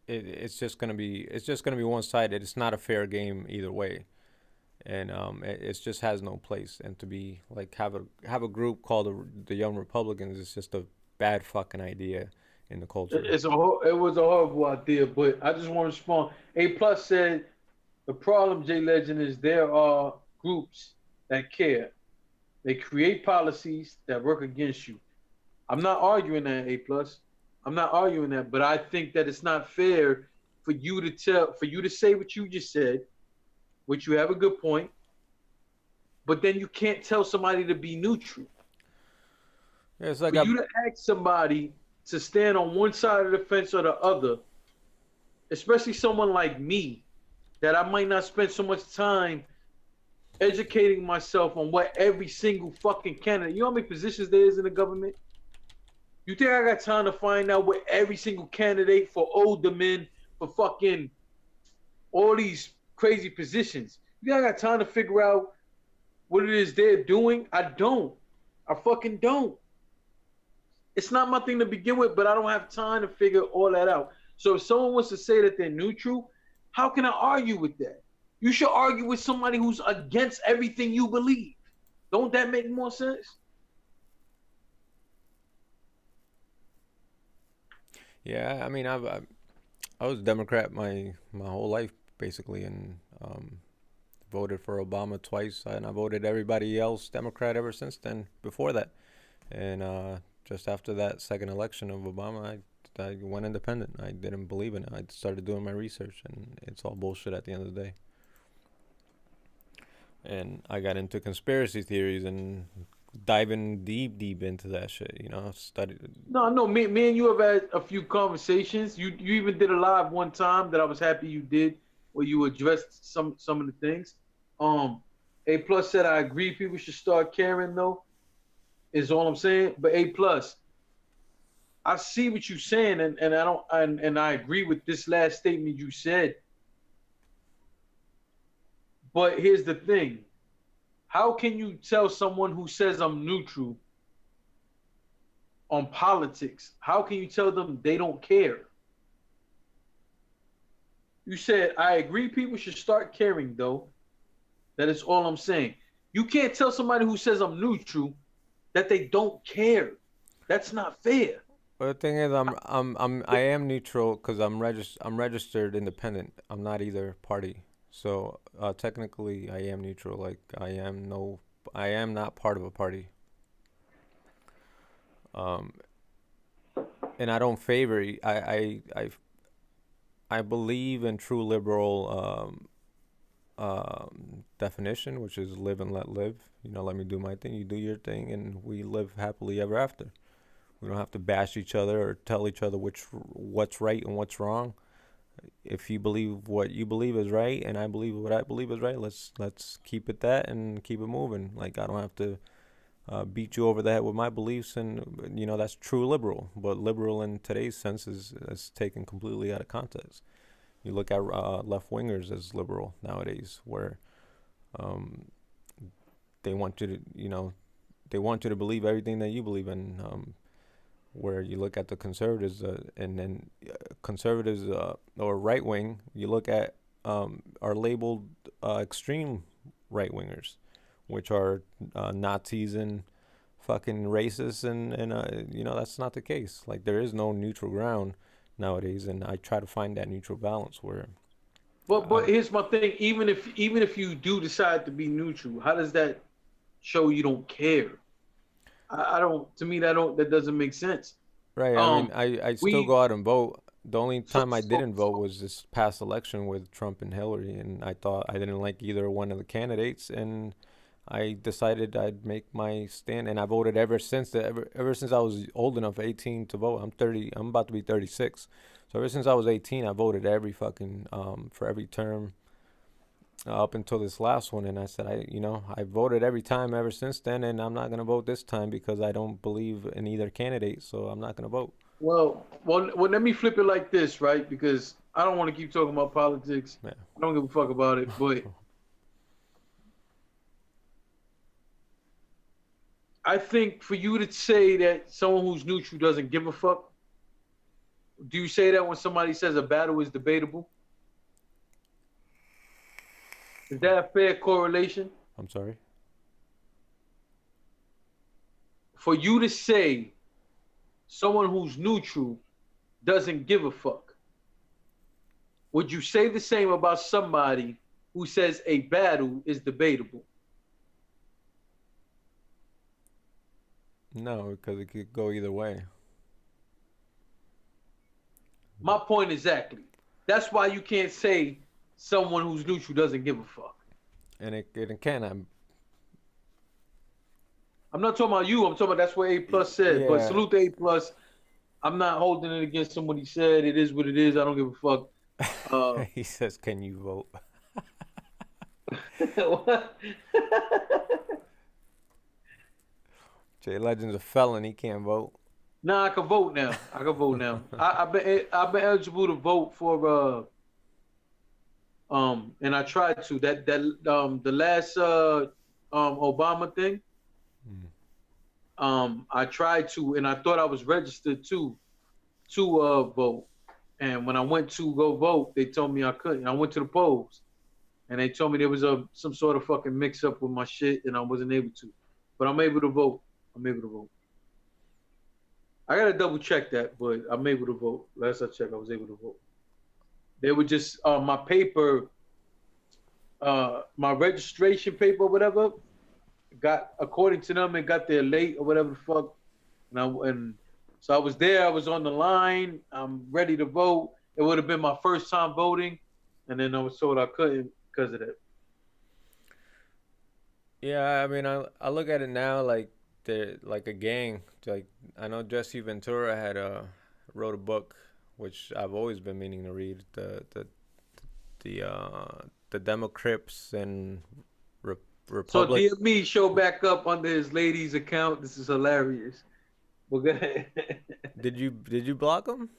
Fuck yeah, not block. You know I don't block. I know. don't block. That's what I mean. Yeah, I kicked him out real quick. Yeah. But yeah, they're like gangs, bro. They're like, like there's a lot of that goes into them. And at the end of the day, the world is run by not the president, the world is run by people way above them and people in power and that have the one percenters, and even less than that, the people with the real money, the Rothschilds of the world. So Trump isn't making these fucking decisions. He's just a fucking face. He signs the fucking documents. Yeah, there's a lot of them that are like that. All right, let's I don't know. Let's move in one last direction before we shut it down. Been on here a good long ass time actually.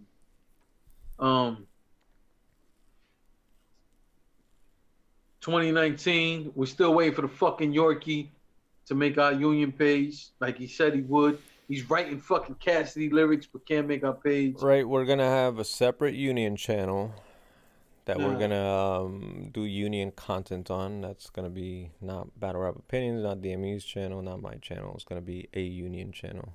Ponce salute, but DME be having to get this work. You know what I'm saying? You know, DME still my dog. I love DME, but you know, I gotta get at him. So that's gonna be done. Hey, yo, hold on, Ponce, you watching? How about you tell the Yorkie to stop fucking writing out lyrics from Cassidy that no one gives a fuck about, and for him to get our page up and running that he's supposed to have done. It's been months now. Yeah, we need your phone number, Ponce. It's been at least 2 fucking months. We need your phone number to make an account. He said he was gonna take your work phone number and make the account. No, Ponce, that's not Ponce. You should be mad at him then, because if you're gonna sit there and say it's family time, but he wrote down Cassidy fucking lyrics, you know the time it takes for you to sit down and write down that. Come on, stop it, Ponce. I know you love him. I salute you for that, but stop it. First off, J Biz said J Legend won't block Ponce though. You don't want that rap. First off, I'll 300 her too. I never blocked DME. I don't block nobody. He just got 300. Pop dope. Shibbity bitty bibbo. What'd you say? On the Cassidy DME blog topic, Jay Legend has seen it. That's funny. I'll boot you too, though. What you drinking, air? Oh, man. No, I've been babysitting. You know I've been babysitting, man. Drinking that. Fucking, You drinking that Kettle O2. One. Kettle One? That shit's jet fuel, man. I used to drink Kettle One back in the day. And I used to alternate between Kettle One and Belvedere, thinking I love Belvy, man. I don't like either one of them because I thought it was like, all right, you got some expensive vodka like Kettle One and Belvedere, they're gonna taste good, and they really don't. They're fucking, that's like gasoline, jet fuel. Get some Grey Goose, man. It's smoother. No, I got Grey Goose there. Yeah, that's much better than Kettle One. I normally drink Henny. And I normally got like 3 different Hennies there, but I have 2 different vodkas that I bought, and then someone gave me a gift of another one. So I drunk that one. That one kind of gave me a fucking headache in the morning. Now I got the Kettle One, and then I got the Grey Goose. Oh, what the fuck is this? One man said I got this, babe. Hold on. So hold on. I'll drink Belvedere over Kettle One. Huh. Hold on. DME was being protected. My man said I got this, babe. Like what the oh. Is it really, J Biz? It can't be. They don't have Costco over here though.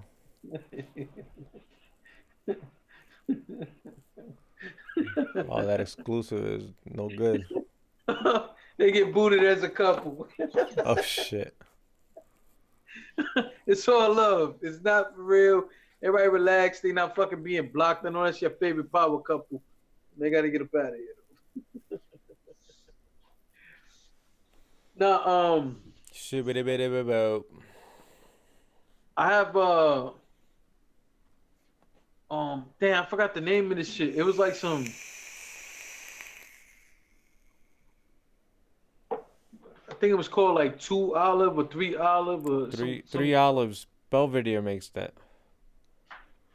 But yeah, I didn't really like it. Yeah, that's like a sister branch brand. It's lower grade than Belvedere, but Belvedere makes 3 Olives. That makes sense. Yeah. Yeah. But I didn't get that. That was too on the nasty side. I bought my godfather. That's one of the only like 4 gifts still under that fucking tree. I bought him a set, and it came with like a nice glass, like a martini, kind of like a martini glass. It's not really a martini glass. The shape is weird. I have it wrapped, though. I will fucking show y'all, but sometimes you can pick up the Kettle One sets like that with the glasses on it. Yeah. Because here's the thing. Like, my godfather has this big fucking chinetto. You know what that is. I don't know. How you say that in English? What's that? Chinetto. You know what that is, right? No. All the fucking Puerto Ricans have it in their house. It's like almost like a trophy case or a fucking. Oh yeah. It's like a. Yeah, where you I have one. That's where I keep my liquor in. You know what I'm talking about? Yeah. So he has one of those in his house. So every year for his birthday, for Christmas, he does the same thing for me too. Like we buy expensive, bottles we normally want. And I've had all kind of crazy Hennessy's. I have a bottle over there right now, the Hennessy XO he bought for me. It's like my second one. That's like a $220 bottle. So like I always buy him cases. We buy each other. DME's cousin pulled up. Who's his cousin? Battle rap Jack Bauer.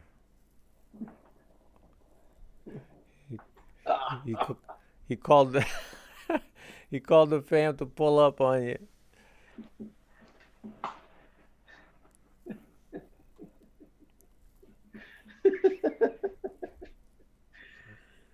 J Biz said I need some Louis the 13th. If we're talking about the same thing, J Biz, that's like a $1,200 bottle. I smoke cigs and alcohol. Al Capone's taste like something got. First off, the fact that you even tried an Al Capone, Fuck those that shit 300 Capones. you. Says buy one pack to support the culture. I'll support the culture some other way, buddy. Yeah, well, personally, again, back to the Hennessy, I drink Privilege most of the time. It's expensive, but it's a bit more doable than an XO bottle. An XO bottle, like I said, is about $220. A Privilege bottle is small, but it's about 70, 75. Fucking, like either way, like I even got a special edition I pull out for my birthday every year. It's a Privilege bottle. I got a bunch of collector's bottles there. How about Visual asked me for a bottle plenty of time. I never sent it to him. I got collector's bottles. I know poor Corey got bars. I never did his fucking album cover. Yeah, well, you need to fucking get at DME. DME be around all that shit all the time. I Never know, send you DME's shit. throwing away bottles of liquor, and he can't send me one fucking empty bottle. Word up. Well, get at his wife and his cousin about that I'll shit. put Arizona iced tea in that shit, make it look like Henny. Andrea says I drink Kinky Girl. What's Yeah. funny about that, Andrea, is as a joke. Jay, come in. I don't drink Henny. I don't Yeah, I don't like yeah. it. The Kinky Boots thing. Kinky Girl. Oh. Yeah. Didn't we Yeah, get the I'ma Jason let back? you Jay Legend keeps the bottles because he buys the collection, They're the not gonna collector's see you. edition bottles, so he keeps them. Hold on a second. They're not regular bottles. Well, go ahead. Go ahead and say what happened. I don't know. They don't not gonna see you. You Okay. can say it. Okay, so for our uncle's birthday, Come a little we closer. got him a kinky bottle for his birthday, and it was all pink and everything. So we gave it to him, and his reaction was so hilarious. You heard what he was saying? Yeah. How do you react? Oh, that shit. He was like, "Yo, what the fuck?" And then he started laughing, like, cause he knows that I'm funny like that. So I bought him that shit was pink. It said "Kinky Girl" on it. It was pink. This shit is hilarious, man. And when he opened it, he's thinking it was like cause he like drink a lot of Ciroc, and lately he drinks like a lot of Jack Daniel honey, which that's the other gift that's under my tree waiting for him to come pick it up. That's not bad too, the honey, Jack Daniels. And that's that's a cheaper brand, and it's still.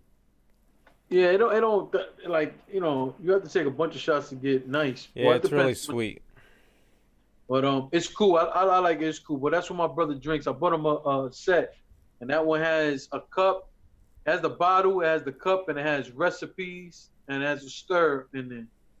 Anyway, last year, like I said, I always get them both. Like most of the guys, I just get them a bottle. But I get them a set. I always get a set. So when I brought him it was that Kinky Girl shit Andrea was talking about. The Legend lost his wrench on my channel. Laugh now, cry later. Dear me, please don't do that. You hurt my fucking feelings. Dear me, how am I gonna get through the mall? You took my wrench away? Take pride in his wrench. How am I gonna get through tomorrow? How am I supposed to live now? How's he supposed to loosen his nut without it? Pause. Pause. That was crazy. Andrea said I drink twice a year. Polo, what up? Hold up, Pop, you don't have a wrench? Motherfucker, I'm not you. You give everybody on your channel a wrench. Yeah, I mean, you drink Ciroc's better than that Kettle One and fucking Belvy. Salute the Polo suburbs. What you said? So the Ciroc is better than that Belvedere and Kettle One. I love Belvedere. I don't know. Listen, here's my thing. I love cognac. That's my go-to, the cognac.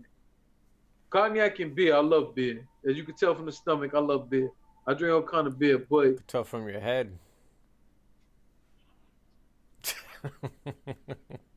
you lucky I can't 300 you right now, motherfucker. Yeah, we're on the same account. I'm on Jay Legend's account.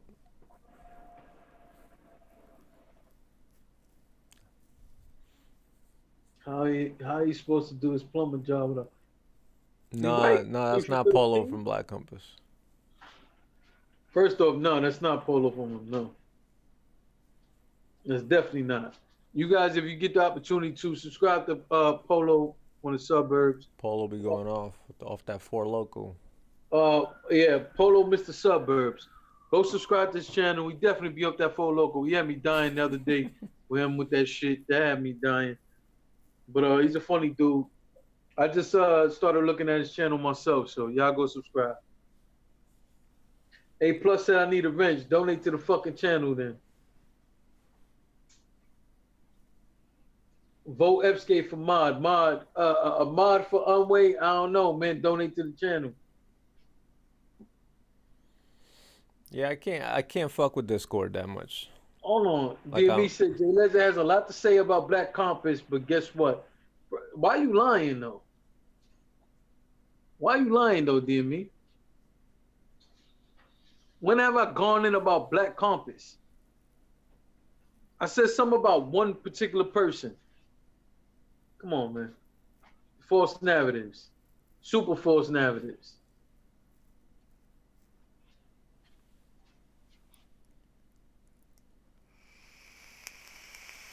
Unway said Black Compass won't unban me from Discord.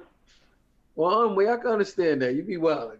So you be out of pocket, so I understand that. Discord is like, I hate the layout of Discord. It's so like all over the place, and First off, you lying, DME. You're lying, DME. I didn't go in on Black Compass. I didn't. See, this is what I'm saying. This is why I hate when this fucking Yorkie ain't on here. You're in the chat and you're lying right now. I did not go in on Black Compass. I said something about one particular person. Come on, man. And it's not like I just, whatever. See, DME reminds me of a project bitch. DME only feels love if you yelling at him. Other than that, he don't feel love. Like you gotta feel some sort of abuse. If it's not physical, you rather it be verbal. Like you just love verbal abuse. You love it. You do.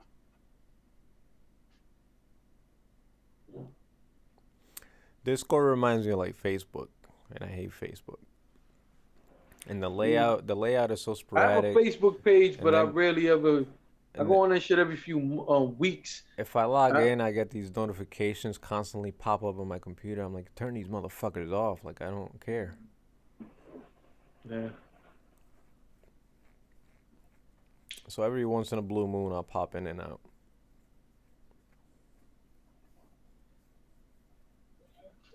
They said, Kusha 13 said, y'all should be in Corey Holcomb's chat. They be saying some wild shit, and Corey just laughs at it.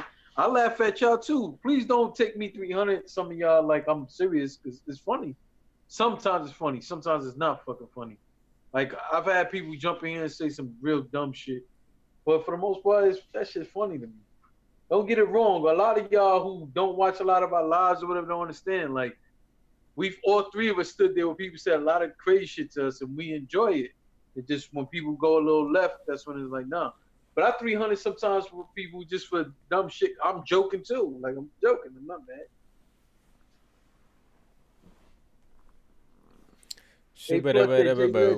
Why is URL the best battle rap league? I'm gonna tell you A+, because to me they're not. End the story. Well, they got the highest subscriber. They're the most. I'm not arguing the point. You about to argue this point? I'm not about to. I don't give a fuck. The most popular. Of course. They got the face of the culture, which is like Smack. Okay. Just like a battle. What's the best league is opinionated. There are people who think their local league is the best league. I've had someone tell me We Go Hard is the best league to them. I didn't argue that. I just said, okay. I mean, technically they're the biggest. I won't argue that though, but you can't. Like, if somebody tells you they think King of the Dot is the best league, can you? It's not that you can't disagree with them, but can you tell them 100% that they're wrong? You don't know what moments they've seen on that stage that makes them feel that that league is the best. Like, Yeah, he says, is RB a better RAN league than URL? I like. Uh, See, here's the that's thing. you can't. We can't say that we don't know the internals of how the league is really run. Well, listen, whatever I do know, I'm not putting out there, so you could dead that. But the reason why I like RBE and King of the Dot a little bit better than URL is because the way they treat people. That plays a big role to me. How they treat people, Allegedly, the matchups they try to create. You gotta understand. You're talking about a league who sits there and tells you can't copy respect, but they take talent from other leagues. You can't copy respect, but they disrespect you every chance they get. Like, I don't know how that makes sense to y'all. Bottom line is,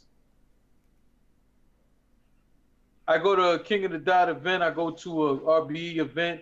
I talk with members of both groups or all three groups, however you want to. At the end of the day, I just always feel like King of the Dot and RBE respects the fans more than URL, and that's that. well, I know the RBE blatantly makes it known that they respect the fans. They give the fans the matchups they kind of want. These grudge matches that. Not just grudge matches. I think RBE puts together overall. It's not for years. 4 years. It ain't just now. Y'all just giving them. And I'm not talking about you, Visual, but the bulk of battle rap fans are just now giving RBE their fucking just due. They've been putting together dope ass matchups for years. Y'all just now giving them. You know why? Because they went and got the high profile matches. You know how many fucking classics they was putting out there? right. Before that motherfuckers started giving them their love? Stop it, man. Stop it. Yeah, and they publicly show the respect. They RP, they go out of their way to acknowledge and respect the fans. They don't look at us like fucking trolls like Beasley does when he's on his PR campaign, going on interviews, and does these little voices to make fun of the fans. Like URL doesn't do that. I mean, RBE and King of the URL Dot does do that. No, RBE and KOTD surely doesn't do that. And I remember telling Organic, I told Organic to his face, I said, you guys run a good business. I love your production, and this was like before Avocado was filming for URL, mind you. Hold on, but even when Avocado started, people forget he was with them before he started with any other league. So stop that. And I always loved, especially I'm in media production, so I love the production side of things and the look and the visuals, and I like the crowd. I think the crowd was back then it was like really hyped up, and it seemed like a lot of fun. And up until this past year, I think KOTD was my favorite league. If you want to be like technical, I'm not mad at that. If you want to tell me that they're your best league, like I said, I've been around small leagues and people tell me that that's their favorite league or they thought that's the best league. You can't. I'm not gonna fucking argue with that. If that's what you want to do, that's fine. All I know is a motherfucker sat there and said everybody has to do 2 PGs, no exceptions. But then it went down to everybody else to tell me that they doing the PG. Then, motherfucker got on the same stage that he wouldn't want nobody to ruin. Gnome 8 and said, yo, y'all right. Had somebody said that to me, I would have just clapped this shit up. Then they turned around and announced another event, and in the trailer pinned a comment that said they don't want the fans crying about shit. You remember that? Mm-hmm. When that happened, and then they turned around and kept booking the dude after they said, I can't eat that. I can't. Remember that? That shit was all over the place. I can't eat that. I can't. But then you turn around and book the same dudes.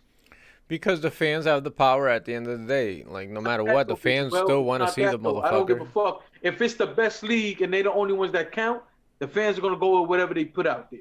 Right. So you booking the same dude, and we all know it was really one dude in particular, and you still doing that. And what happened?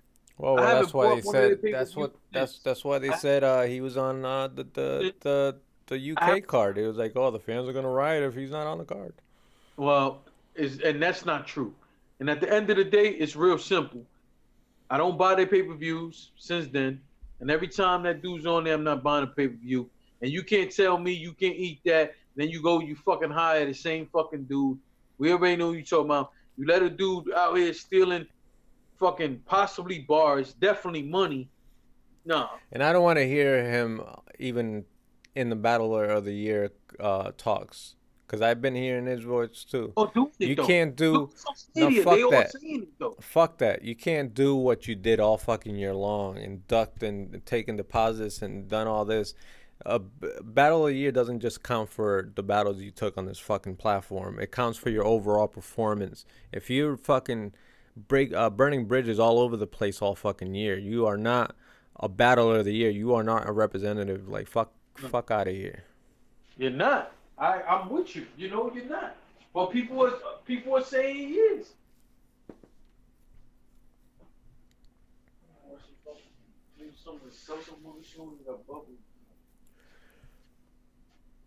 But yeah, for quite a while, KOTD was, although they don't give us the best matches and the matches that I probably enjoy the most, but production wise and the way they laid out the look and rolled out the battles, because I've been to both league events, and I just enjoyed myself, enjoyed the ambiance, enjoyed the look of the KOTD production, and I thought they seemed to do, from the looks of things, to do better business. There wasn't never any complaints coming from that side. So, you know, I told that to Organic to his face. Well, like I said, man, I don't think you could tell somebody what their favorite league is. You can debate numbers. Yeah, now there's no favorite. I guess URL is just been doing way too much, and I love I love what they've been. They're clearly the more active at this point. And again,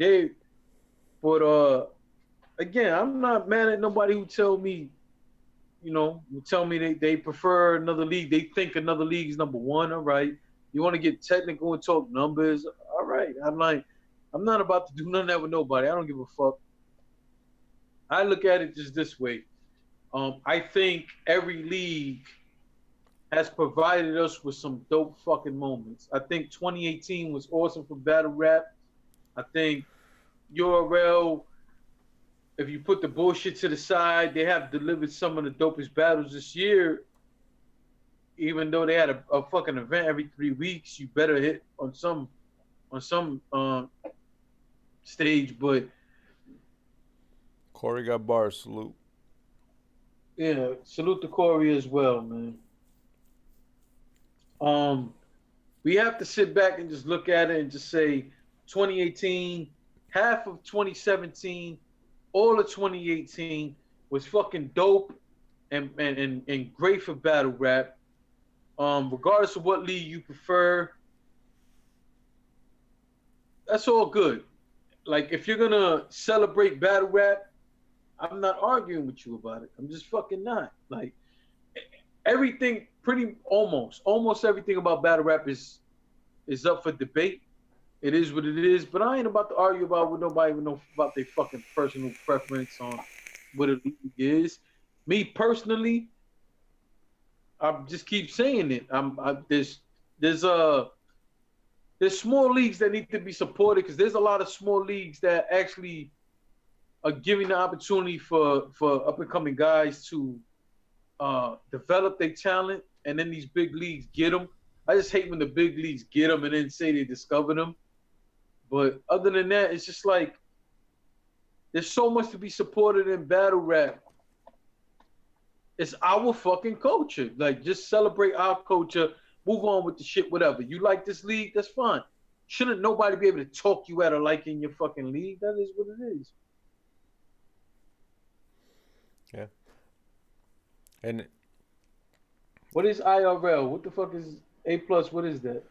and I've grown up with a lot of leagues that were before the street era. You know, the URL street feel. So, I was with the scribbles and the grind times before the URLs. And I wasn't. I gotta get on top. I gotta get with that scribble. I'm sorry, Visual, cutting you off. I gotta get right with that scribble jam shit, man. I'm more than positive. It's not this. If you didn't grow up in that era, like, you're not gonna really, like, it's nostalgic. You know, like, you're not gonna appreciate it like it was. Like, but I don't think that goes for me. it can, because even when I watch it now, when I go back to it, I say to myself, like, would I appreciate this now? Like, I really, like, try to put myself in those shoes, and I don't know if I could. Like, well, all right. So it depends what you're saying, and let me explain. I can go and watch that, but put my mind frame with that timeline. It doesn't mean that I would accept that style today. Does that make sense? Yeah. So that's why I'll be saying I have to go back and watch some of that. I have a feeling that I did watch some of that before, but because I can't remember, I always look at it like I never did, and I need to go educate myself. Yeah, I mean, this was before YouTube, and, like, I had the DVDs, and when I found out about it, like, in 03, I ordered the DVDs for 04 and 05, like, you know, like I just searched the hell out of it and found out where you know, where I can get. I found the website. You know, I'm searching this shit through probably whatever fucking internet connection I had at the time, and I found dial-up. Salute the dial-up. Yeah, probably like some web TV shit. You know, like. And I ordered the DVD. I remember coming home from work, back in my Kettle One Belvedere days. Like, oh, you trying to play me? No, I'm serious. Like, I'm like in my early 20s, and actually, I was drinking Absolute back then. I was triple bean I was days, drinking you know? Absolute Mandarin. I would come home from work every day because I worked third shift, and I would get a pint of Absolute Mandarin and drink that shit every morning. And by like 11 o'clock in the morning, I'd be fucking wasted. But every fucking morning, I came home and threw the DVD, and I watched it religiously every fucking day. I'm watching Scribble Jam, the same DVD, same battles, every day. Well, that I openly say that. That used to be me with Fight Club. That was me with Lions Den. That was me with the Smack DVDs. You know what I mean, I would watch the same ones over and over again. And the Johnny Blaze. Remember the Johnny Blaze battles? Well, the Blaze battles. Shells, and yeah, the Blaze battles. Yeah, you know what I mean. So, that was for me. That's what it was running back. Plus, again, I had a different advantage than a lot of people where I lived in Harlem. So even when I lived in Queens and stuff, like the bullshit battles, it wasn't really battles. It was like more cipher. But when I was in Harlem, it was more like motherfuckers going at each other. You know what I mean? Like actually talking about. See, in the Bronx or in Queens, they more like they battle, but it was more about who could freestyle the dopest shit. When I moved to Harlem, it was more like they battled, but they freestyled about each other. You understand? It was more of an attack. So Harlem is like, and then if you do the math, Smack DVD was all about battle rap in Harlem. when you really do the math on what it was. So, I mean, like I say, man, I've had dumb motherfuckers sit there and tell me, "Oh, you new to this culture because I don't know about a scribble jam." Well, I don't. All right, I don't give a fuck. I don't forgot more battle rap than most of these motherfuckers know. So I don't care.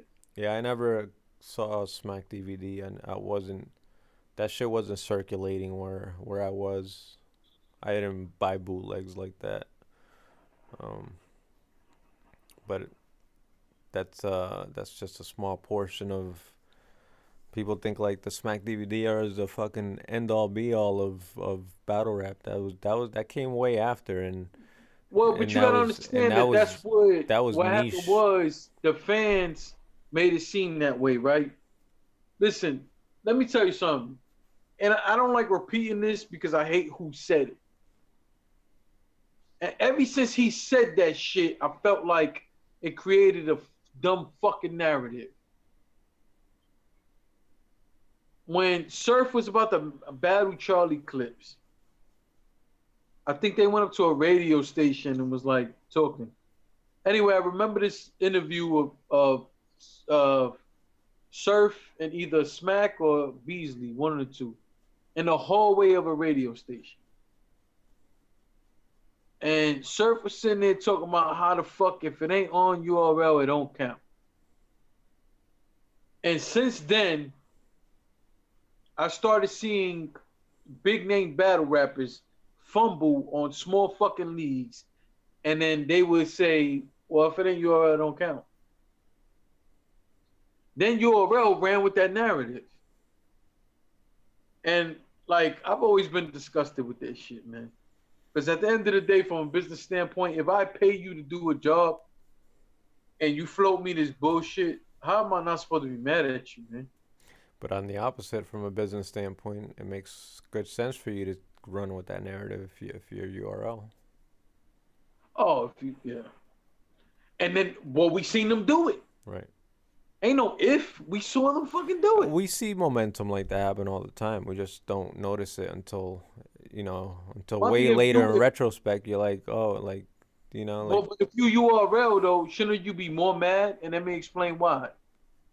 So what happens when they float some bullshit on your stage? Which we've seen happen plenty of times. Well, that's the URL don't count.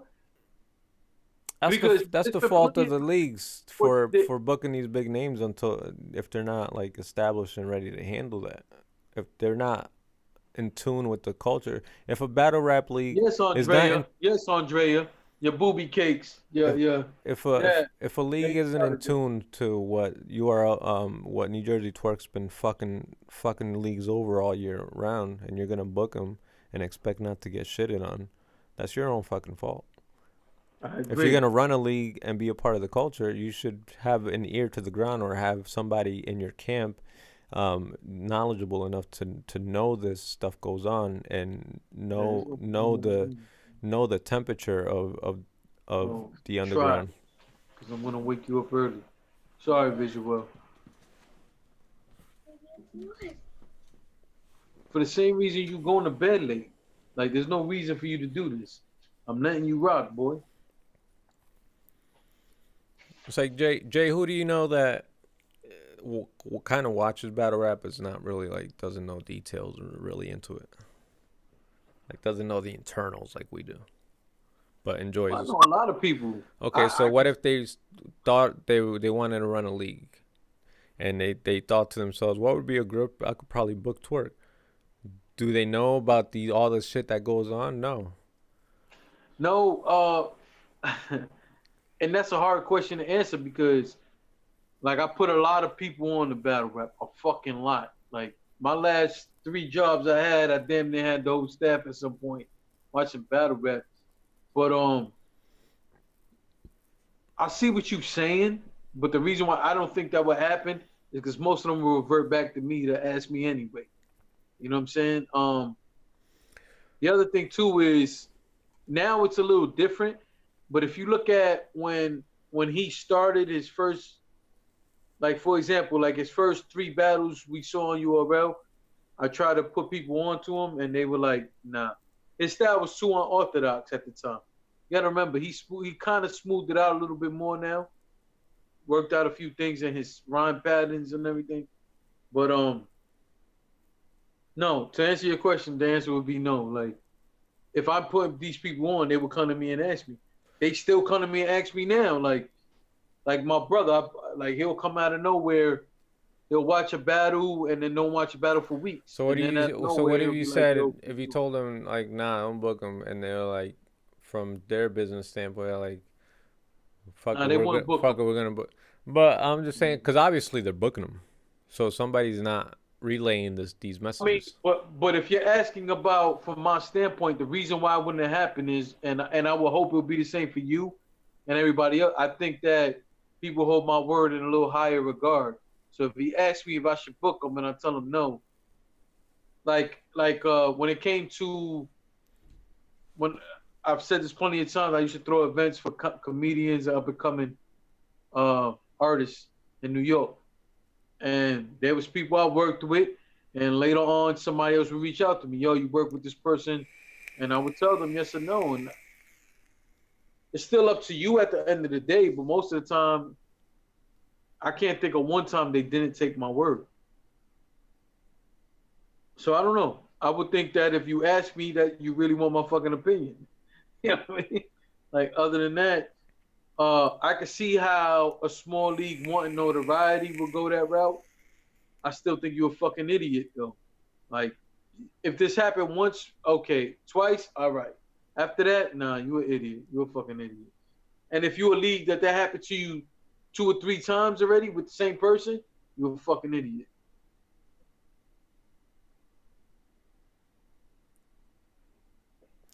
A lot of idiots. A lot. A lot. But these people want attention more. What I get mad about is that, like, you want attention and you want to jump on a bandwagon more than you want to bring something to the game. And I despise that, because for whatever it is he's charging you, you probably could have got another 2 decent vets and slowly build your shit. Mm-hmm. They don't. Everybody think if you book this fucking big name that everybody's talking about right now, it's gonna do like this great thing for you. No, you booking these 1 or 2 guys with a name, and the rest is a bunch of guys. 18 battles on a fucking card, hoping that 5 of them happen. Yeah, I mean, it gets you some subs, but if you compare the amount of views to the Still amount not. of subs that it gains, Yeah, it's still not. Like, it's still not. it could have like 40,000 Well, look at views. this battle we just watched. Big T versus fucking JC. I turned that shit on. When I first looked at it, they had what, 20 subs? 30 subs? Did it? Yeah. I'm like, what the fuck? But I didn't care. I still watched the battle. I still subscribe to this shit. I sub every time I come across a battle rap channel. Me too, and that's why I get a fucking ridiculous amount of alerts every day. Well, I don't put alerts on, but no, I do, because at the end of the day, man, I want to support as much as I can. And when I first started blogging, I want to show that much more love to the smaller leagues. What started happening was I would talk about a small league, they wouldn't even retweet my shit. I got comments when it was a small league just saying, oh, you didn't mention this though. First off, motherfucker, it's my recap. You could have did your own recap. Don't tell me about a bar that I didn't mention. It doesn't mean I didn't fucking catch the bar.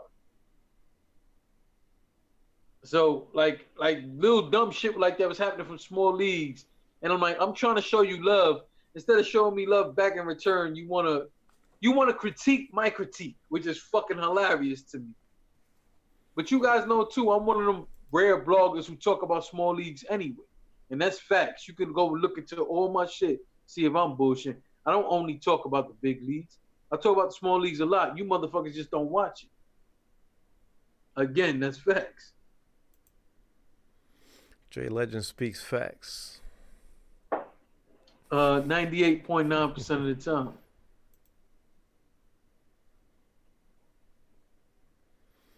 TME tweeting free Yorkie.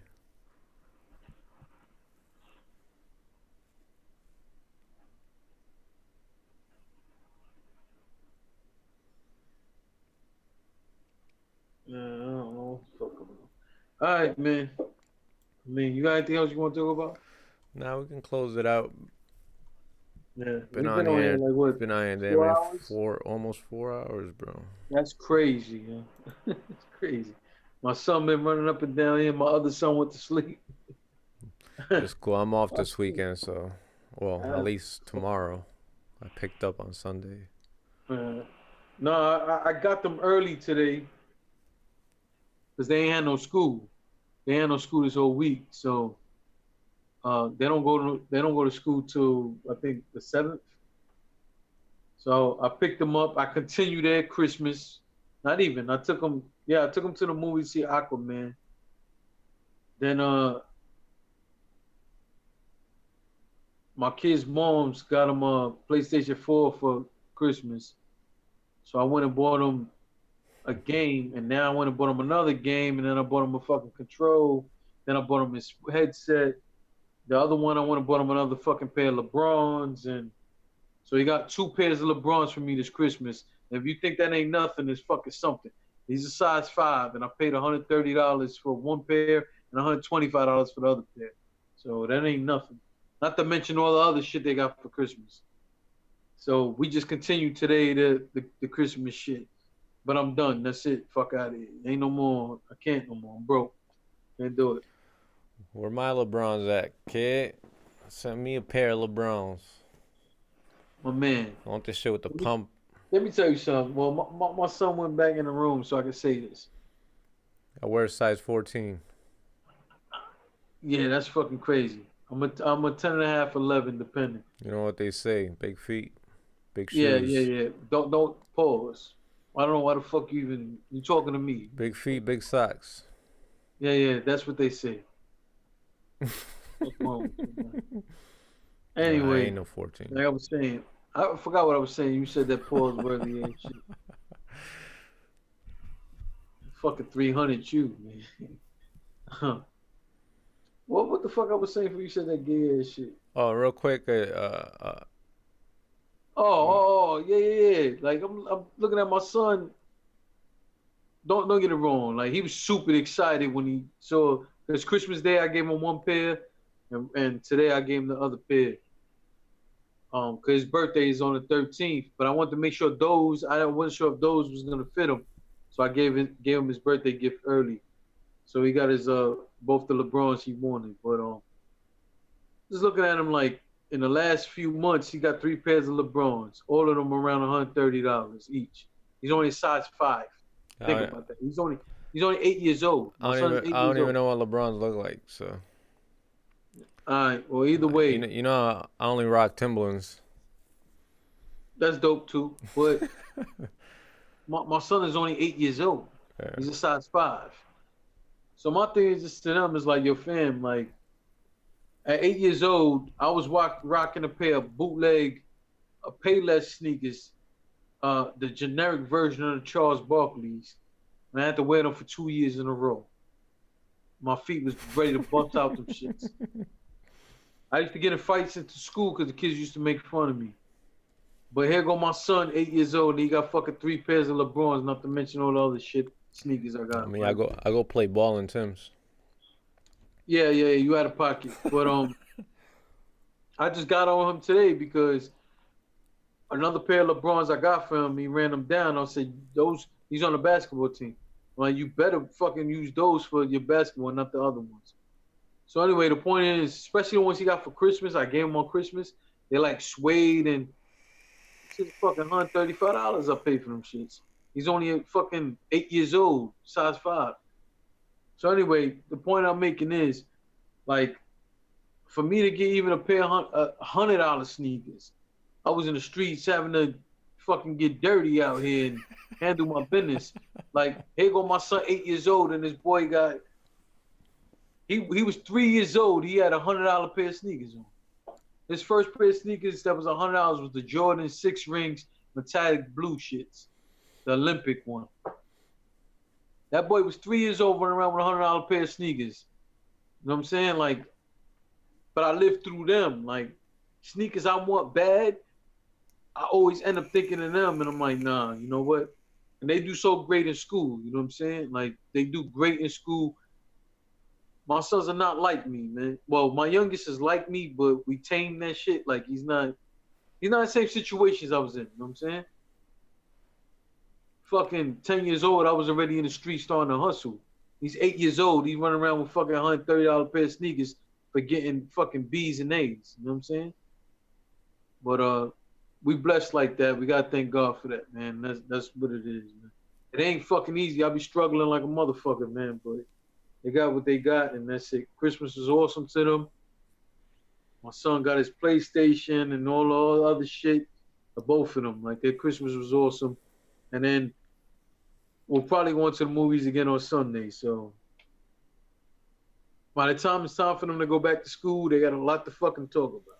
You gonna go watch Bird Box? I saw it already. When I first heard of the name, it sounded like project porn. But the memes is taking over. Yeah, I'm tired of them shits already. I thought the movie was good though. I thought it was good.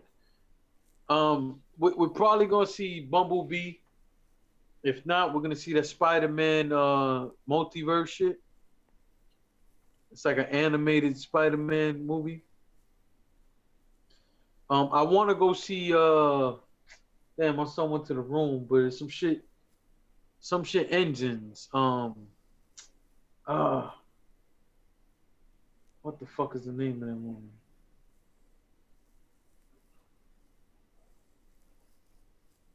I don't know. I can't remember. It's some I don't know. Some engines. I can't remember the fucking name of it. That's what I want to go see, but I don't know. I don't know if we'll get the chance to go. If not, I'm probably gonna go Tuesday by myself. Monday or Tuesday by myself. So we'll see. All right, man. I'm gonna finish this drink. I still gotta go fucking take a shower. I ain't even eat my dinner yet. I cooked. My sons ate their dinner. I didn't eat my dinner. Yeah. Alright, Joe. Hi, chat. Thanks for tuning in for as long as you fucking did. Salute to y'all. Y'all are some champs. Salute to the fucking Yorkie and all his family members he sent in here. J Biz, 8+, Andrea. Salute to Onway. Salute to Crucial 13. Salute to Corey got bars. We are one. Salute. All right, there was a lot of people. Salute to you all. Make sure you subscribe if you haven't. Hit the alert bell if you haven't. Subscribe to Battle Rap Boutique Visuals channel if you haven't. Hit the alert bell. Thank you all for rocking with us. Have a safe holiday. Like I said on Christmas, you know, I hate that drinking and driving shit. So hopefully New Year's, wherever you're going to be drinking, that's where you're going to be stationed for the night, or you got money to take a cab, or you got a designated driver. Don't be drinking and driving. That's what suckers do. Fuck out of here. I got to work open New Year's Day, so I won't be doing shit. Yeah, that's a good thing, too.